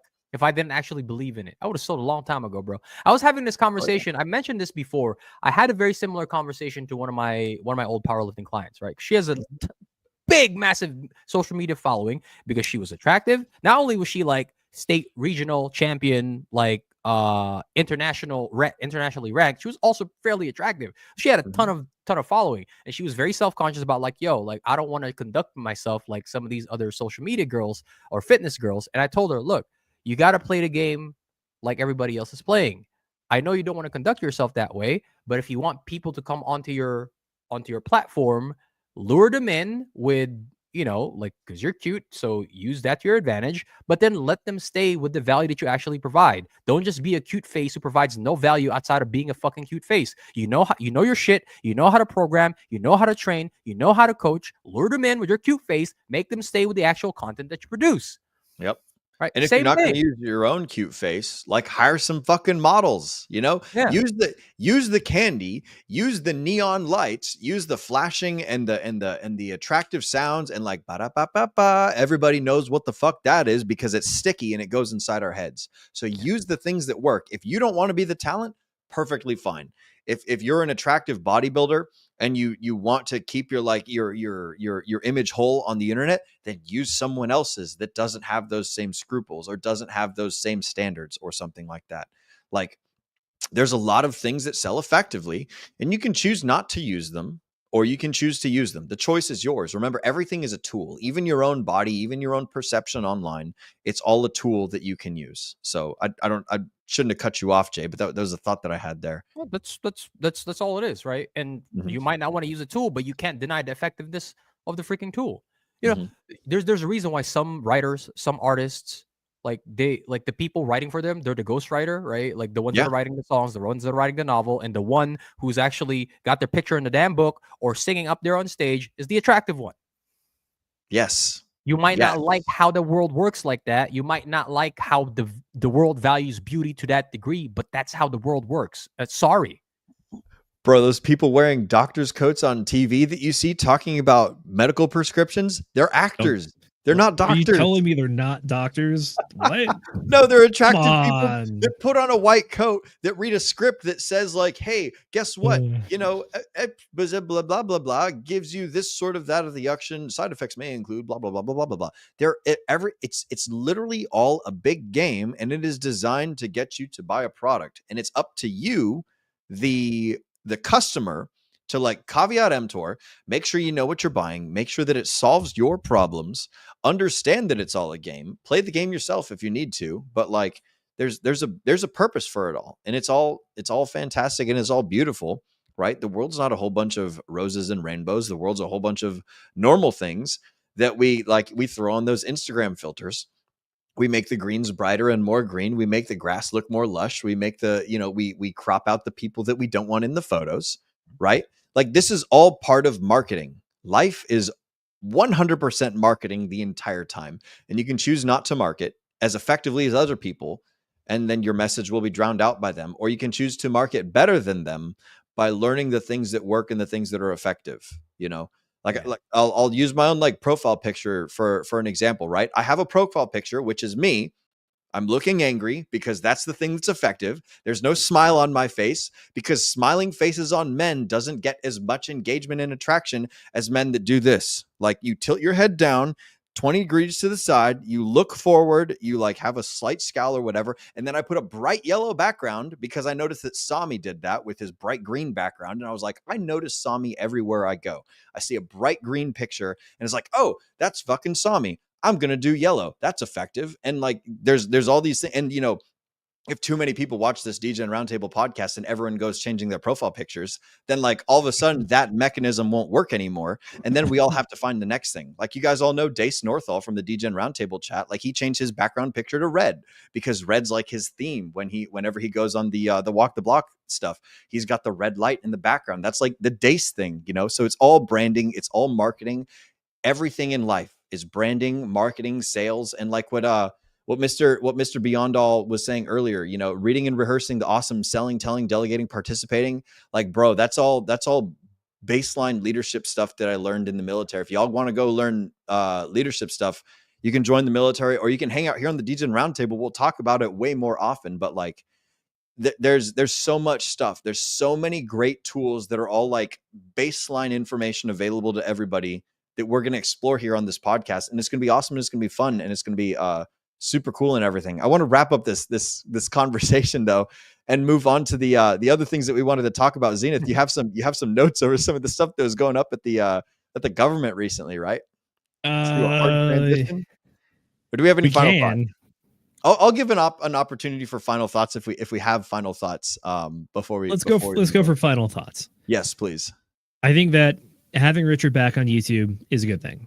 I hope that there's more to come that can help whet the appetite that we are so easily describing here on the show, which is that there's a void and he could very easily fill it and do some good work in there. I think, like, honestly, I feel like a super easy win would literally just like fire up a stream with KG and be like, hey, Rabby Wallet, cut out Pulse Chain.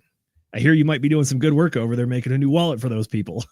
And then just going through that and showing people how to use the tools and just working with other people. Or even just doing more streams and maybe trying to hit up Charles Hutchinson and be like, hey, dude, let's have a beer on a stream and talk about what we see going on, and just going for that wider appeal. Wider appeal. Yeah. There we go. You cannot win this war alone, man. Like the outreach marketing worked to a degree.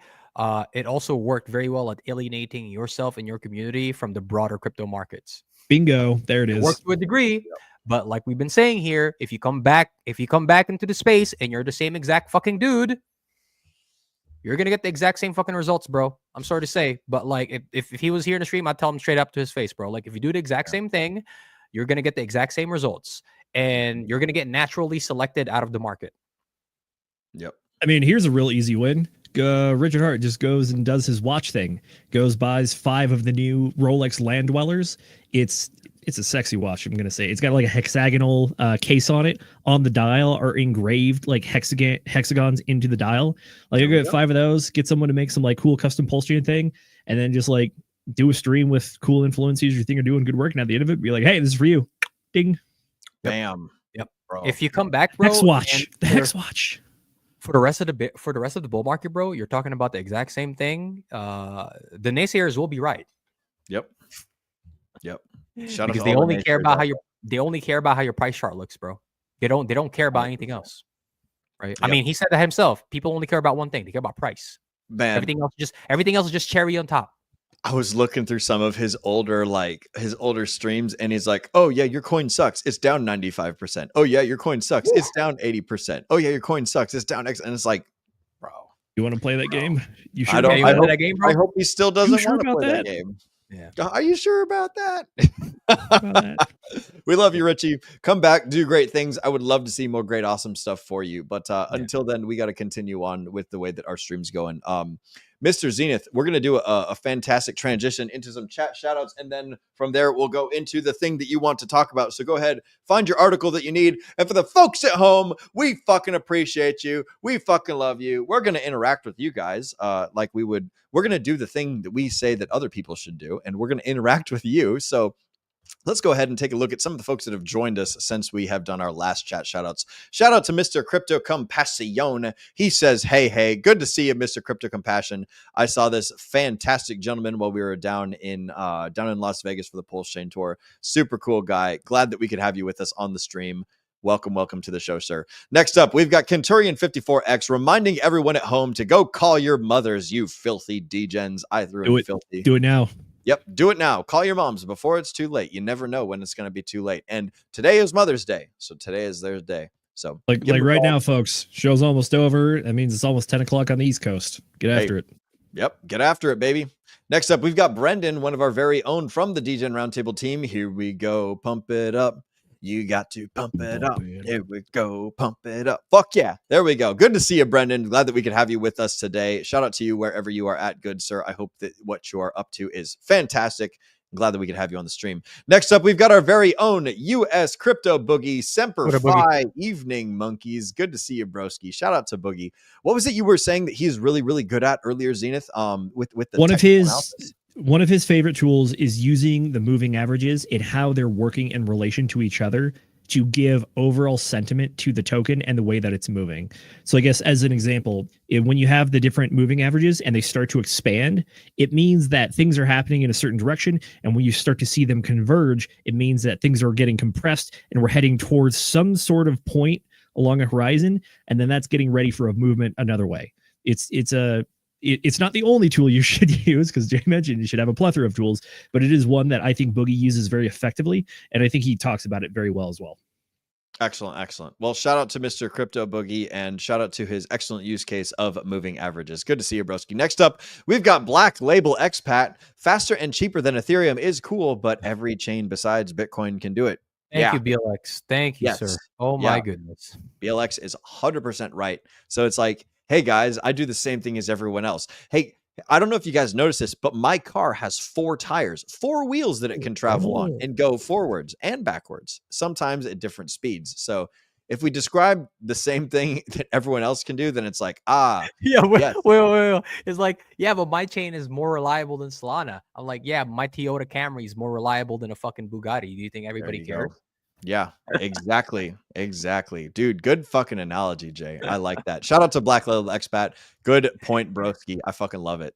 That is great. Next up, we've got Miss Crypto Stylist saying, good morning, Degens. Good morning to you, ma'am. I hope you're having a fantastic time over there in South Korea, doing the great things that South Koreans do over there. The only South Korean I know is Kamsahamnida, which I think means thank you. I would have to go check with my local South Koreans over here in Texas and see what's up. But there's a really cool donut shop where they're super nice, awesome people, man. I love Koreans, man. There's some awesome folks over there. So shout out to Miss Crypto Stylist. Good morning to you too, ma'am. It's a good evening over here in Texas, and we're all having a fantastic day.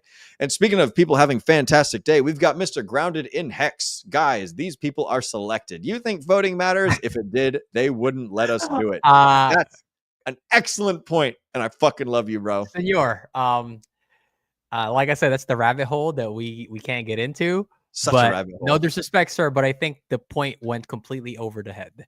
Yes, I love the sentiment though. I love the sentiment. It's the analogy that I make all the time is that like we're all just a bunch of ants in a big anthill, and there's people with boots on clomping around up top, and we're just trying not to get stepped on because we're just a bunch of little ants. So I only got 12 minutes before Will shuts us down here.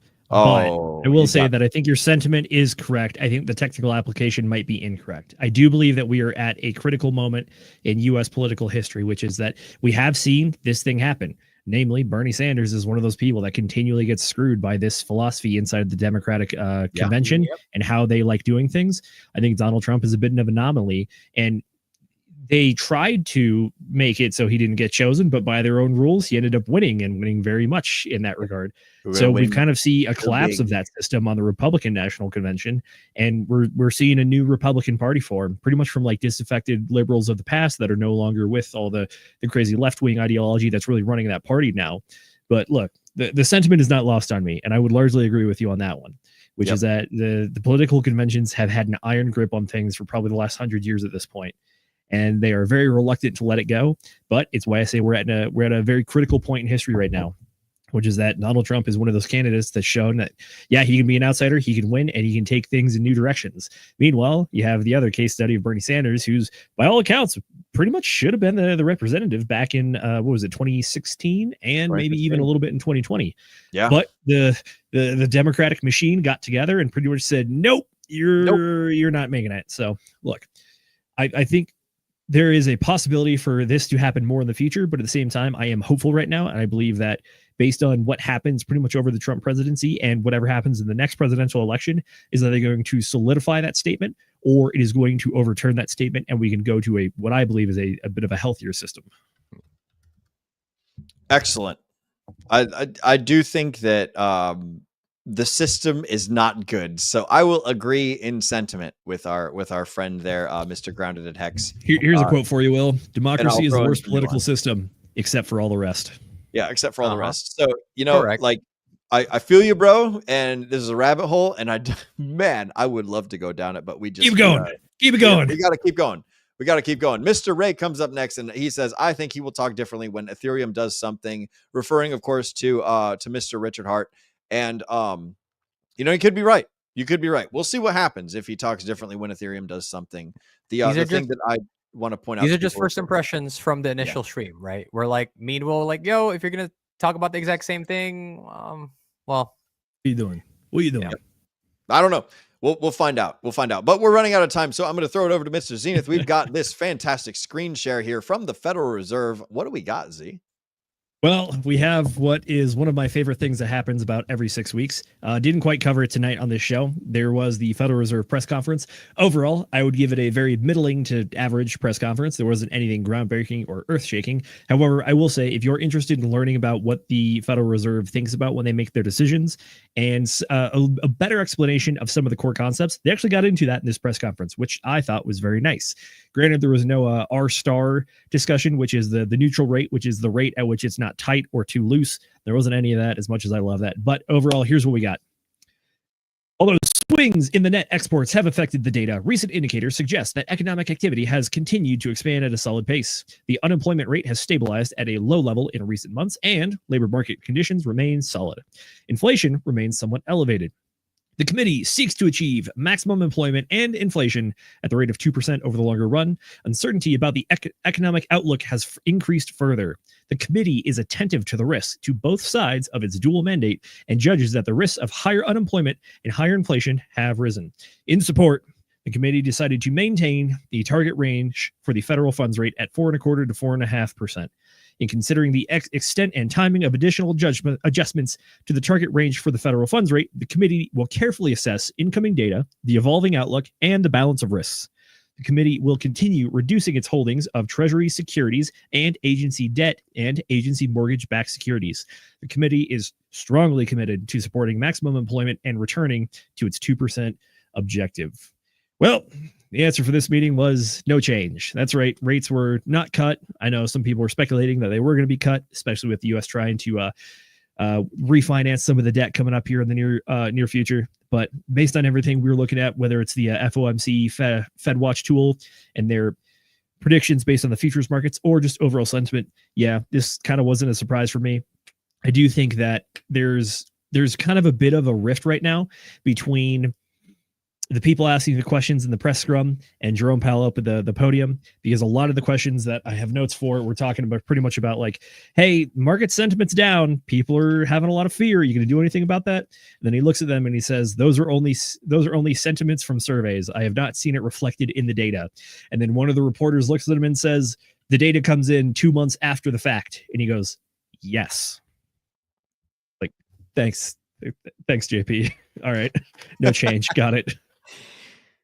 He's good with those little one word answers. Like, are you going to step down if Trump tries to fire you? No.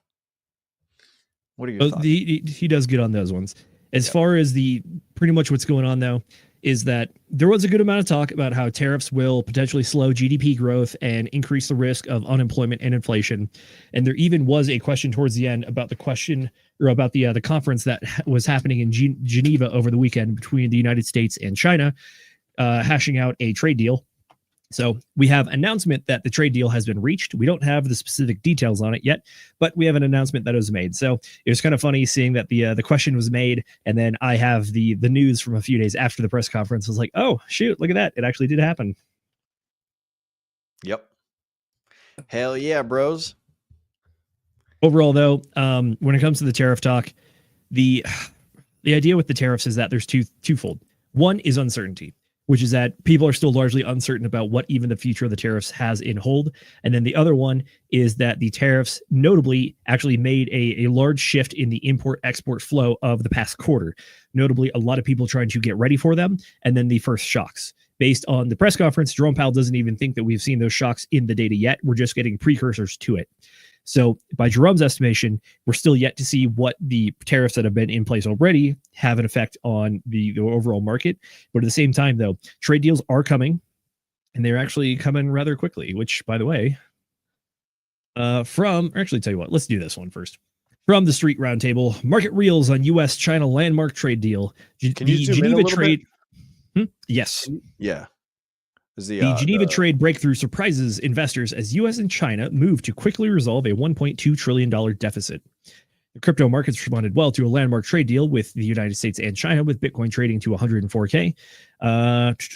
This is a big breakthrough in trade talks between U.S. and China, said U.S. Treasury Secretary Scott Bessent and U.S. Trade Representative Ambassador Jameson Greer. Greer heralded how quickly both sides came to an agreement, saying the differences were narrower than expected to be. Quote, just remember why we're here in the first place. The United States has a massive $1.2 trillion trade deficit, so the president declared a national emergency and imposed tariffs. And we're confident that the deal we struck with our Chinese partners will help us work towards resolving that national emergency. Switching it over real quick. From the Hill, we got Howard Lutnick. He says, we do expect a 10% baseline tariff to be in place for the foreseeable future. Commerce Secretary Lutnick on Sunday said that the United States anticipates a 10% baseline tariff to be in place for the foreseeable future for countries across the globe amid trade tensions. We expect to do a 10% baseline tariff to be in place. Jesus, they just repeated it. But don't buy the silly arguments that the U.S. consumer pays. Businesses, their job is to try to sell to the American consumer, and domestically produced products are not going to have that tariff. President Trump this week announced a trade deal with the UK, a first country-specific deal in his wake of Liberation Day tariffs in early April, including in the deal in the US letting the UK export 100,000 cars at a 10% tariff rate instead of the usual 25% tariff rate that they announced in late March. Quote, this is now turning out, I think, really to be a great deal for both countries because it will be really great for the UK also. So they're opening up their country. Their country is a little closed, and we appreciate that, Trump said on Thursday. So there you go. Things are happening. Moves are being made. We're going to see more details about the China trade deal tomorrow, hopefully, because, well, they're in Geneva right now. They signed the deal, hopefully, and we're going to get the official details coming out. Right now, we just have the preliminary report that they did a thing. We don't know what the thing is, but they said they did a thing. Yep. I just wanted the one of the things that you had mentioned there is that Trump had declared a state of a national emergency in order to do this, that, or the other thing. Just so you guys know, the United States has been in a national emergency without stop until all the way since, let's see, what was it? 1990 or 1979. So just so you know, we've been in a state of a national emergency for the past, I don't know, 50 years, something like that. 55 years, 60 years. It's been a long time. So we have never stopped being in a national emergency. This is just a thing that will keep on happening. Just some fun facts for the folks at home for you to put in your little knapsacks and take on home to the bank. And with that being said, final thoughts, gentlemen, on the trade stuff, on the stuff going on with China, on the it wasn't FOMC, was it, Zenith? It was just it was the FOMC. Oh, was FOMC? Okay. Yep, we had the FOMC meeting, meaning we will have the next Federal Reserve meeting in June. The June one is going to be a big one because they're actually going to give us the nice PDF document with all their projections and how they changed and stuff. Jerome Powell mentioned it for this one. He said we didn't update projections, so you're going to have to wait till June to get any of those. So if you like data, June's going to be a good month for you. So you're going to have to wait till then. Gotcha. Are you guys planning on diving deeper into this in Walk the Block tomorrow? Do you have a schedule for events in that stream? We have a tentative schedule. So the original intention was to cover the Federal Reserve meeting pretty heavily, but at the same time, the Chinese trade deal and also the UK trade deal that came out earlier this week. Those are both massive things on top of what we started off the show with, which was technical analysis of the charts, because Bitcoin is having a hell of a run right now, and it is a major change up from pretty much everything we've seen since January. So lot of big moves being made right now, and we're going to try to cover all the big moves tomorrow. Outside of that, though, tell you what, I will go ahead and do a Federal Reserve press conference breakdown stream inside the Walk the Block Telegram channel. And if you want to come hang out and you can throw shade at Jay Powell, I'll be there and chuckle at your jokes. Excellent. Well, sweet. Well, gentlemen, we're coming up to the end of our show. Any final thoughts on anything that we've covered? And then let's move into where can the folks find you and what have you got going on in the near future? Agent Jay, we will start with you. Do you have any concluding thoughts before we wind this on down? Yeah, you know how on the TA portion we were like probabilities probably higher to take a high. Well, over the last hour, guess what we did? Oh, we took the high. Yeah, we hit 105, baby. Well, there we go. We got a new cycle high. And then what's the next step? Okay, Jay, do we go down or do we keep going up? We take it range by range. Yep, we'll figure it out. So I'm going to go to sleep. And then I'll wake up tomorrow morning and then I will observe local market structure and then I'll have an answer for you. Excellent. I like it. Wonderful. Where can the folks find you, Mr. Agent J, and what have you got going on in the near future? Well, you can find me as always on my socials at Instagram, agent_J Schroth, on X at _P90Hex. But really, you can find me in the Degen Roundtable Telegram channel. We do our 7:45 a.m. market open streams almost every single day over there at the Degen Roundtable. So scan that QR code if you want to get in on that action. And then aside from that, like Zenith said, we are going to have a stream tomorrow at 80 p.m. Eastern, Walk the Block, covering all of the, more than likely, all of the news that's going to come in over the next 24 hours regarding the details regarding the China and the U.S. tariff trade deal. Aside from that, I don't think I've got anything else. So thank you everybody for joining us on this wonderful Sunday evening. We know that you could be anywhere else, should be probably spending time with your moms, but you're here spending this wonderful evening with us. So hope that you at least wished her a happy Mother's Day. But regardless, thank you for spending this evening with us. For those of you joining us live and for those of you who will be catching us on the replay, we know that time is your most valuable asset. So we do appreciate that you spend some of that time here with us at the Degen Roundtable. So like the damn video, comment, subscribe, scan a QR code, jump into the Telegram chat. Z? Well, folks, by the way, the Walk the Block channel, if you want to catch it out, it is Walk the Block Navigating Digital Finance. If you type that in your YouTube browser, it'll pull it up. I want to say we're on episode 18. Man, time flies with that stuff, huh? 18. Y'all are doing fantastic. Much appreciated. We appreciate you showing up too, by the way. Mm-hmm. Yeah, Walk the Block, we're going to be talking about everything going on. Will, to give you some reference here, I already have a thumbnail made and I already have show notes made, but I am also very prepared to throw all of that out tomorrow morning once I get news of everything else that's going to break probably. So again, we take it one level at a time. Apparently we take it one news day at a time too. Hell yeah, bro. I mean, I don't blame you. I pretty much, whenever I find out that I'm the one running the direction of the Degen Roundtable show, it's like, oh fuck, what's going on? And then I just make it all up on the fly and we figure it out as we rock and roll. Like I wasn't planning on doing a whole fucking stream today. Like I thought that it was just be like, I guess we'll say happy Mother's Day. And then I'll be like, all right, see y'all. And then peace out. But it was like, no, we actually have stuff to talk about. So thank you guys for like joining us and providing some valuable substance for the folks at home. Of course, so bro.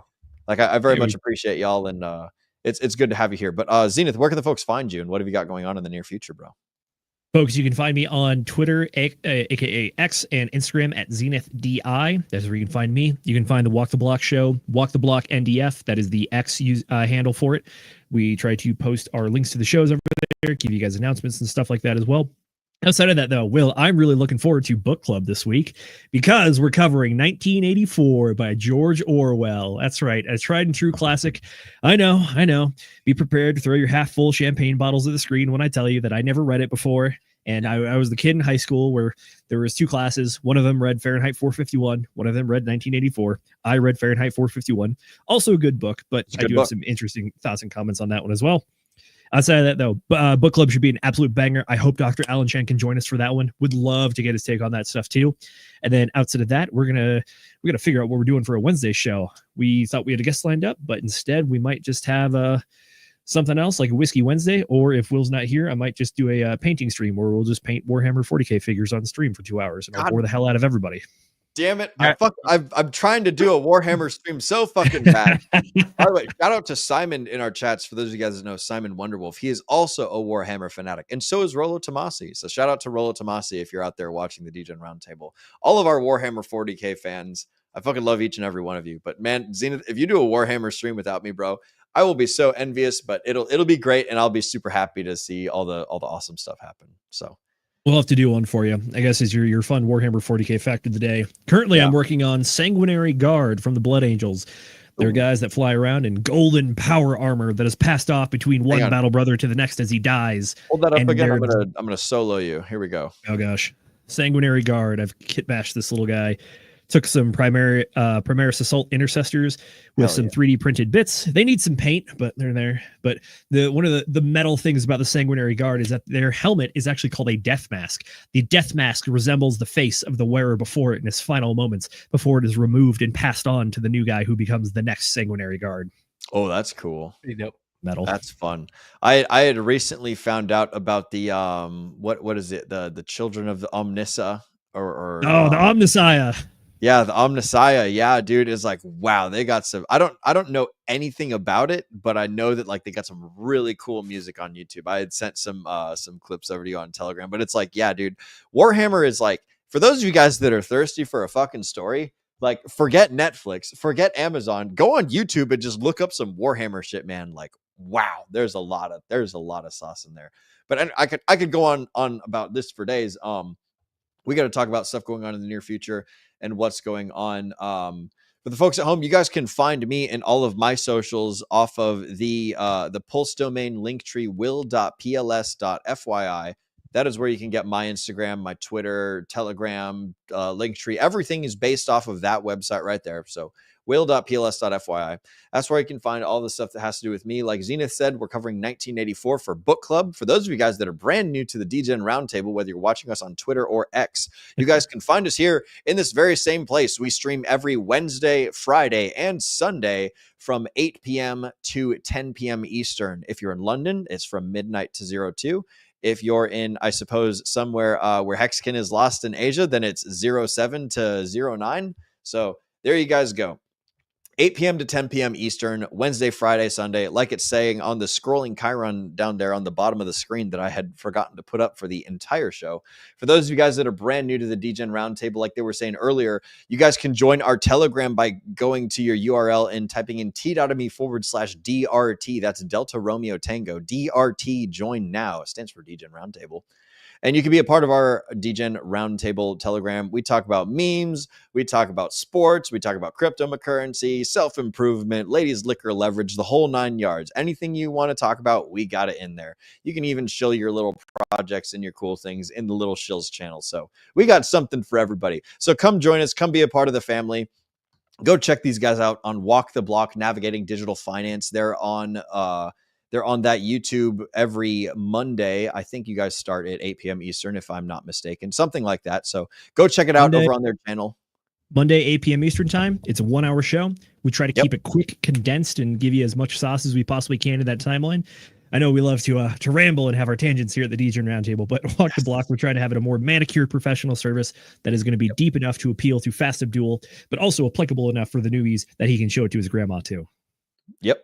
Absolutely. Absolutely. And with that, it's time for us to end the show. Jay, it looked like you had something to say there, but I think that your screen was frozen for a second and then it just instantly glitched over, but it was like one of those faces. So anyways, with that being said, ladies and gentlemen, thank you for joining us today. It's been fucking absolutely fantastic having you here. I got to pull my copywriting over to the correct side of the screen so that way I can read it while sort of kind of looking at the camera so you guys can, so that way I can see your beautiful faces and you can see mine. Let's see. Here we go. So that being said, I want to thank all of you. Oh, God bless America. I can't put this thing over. All right, here we go. I want to thank you all for spending your valuable time with us here on the DGen Roundtable. I promise that, as Agent J often says, we know that time's your most valuable asset, and we appreciate you spending it right here with us. Ladies and gentlemen, my name is Will Stevenson, but more importantly, you have been watching the DGen Roundtable. Mr. Producer, which is me, I need to go ahead and get that trigger figure ready because it's time to remind all the folks at home to remember to DGen responsibly.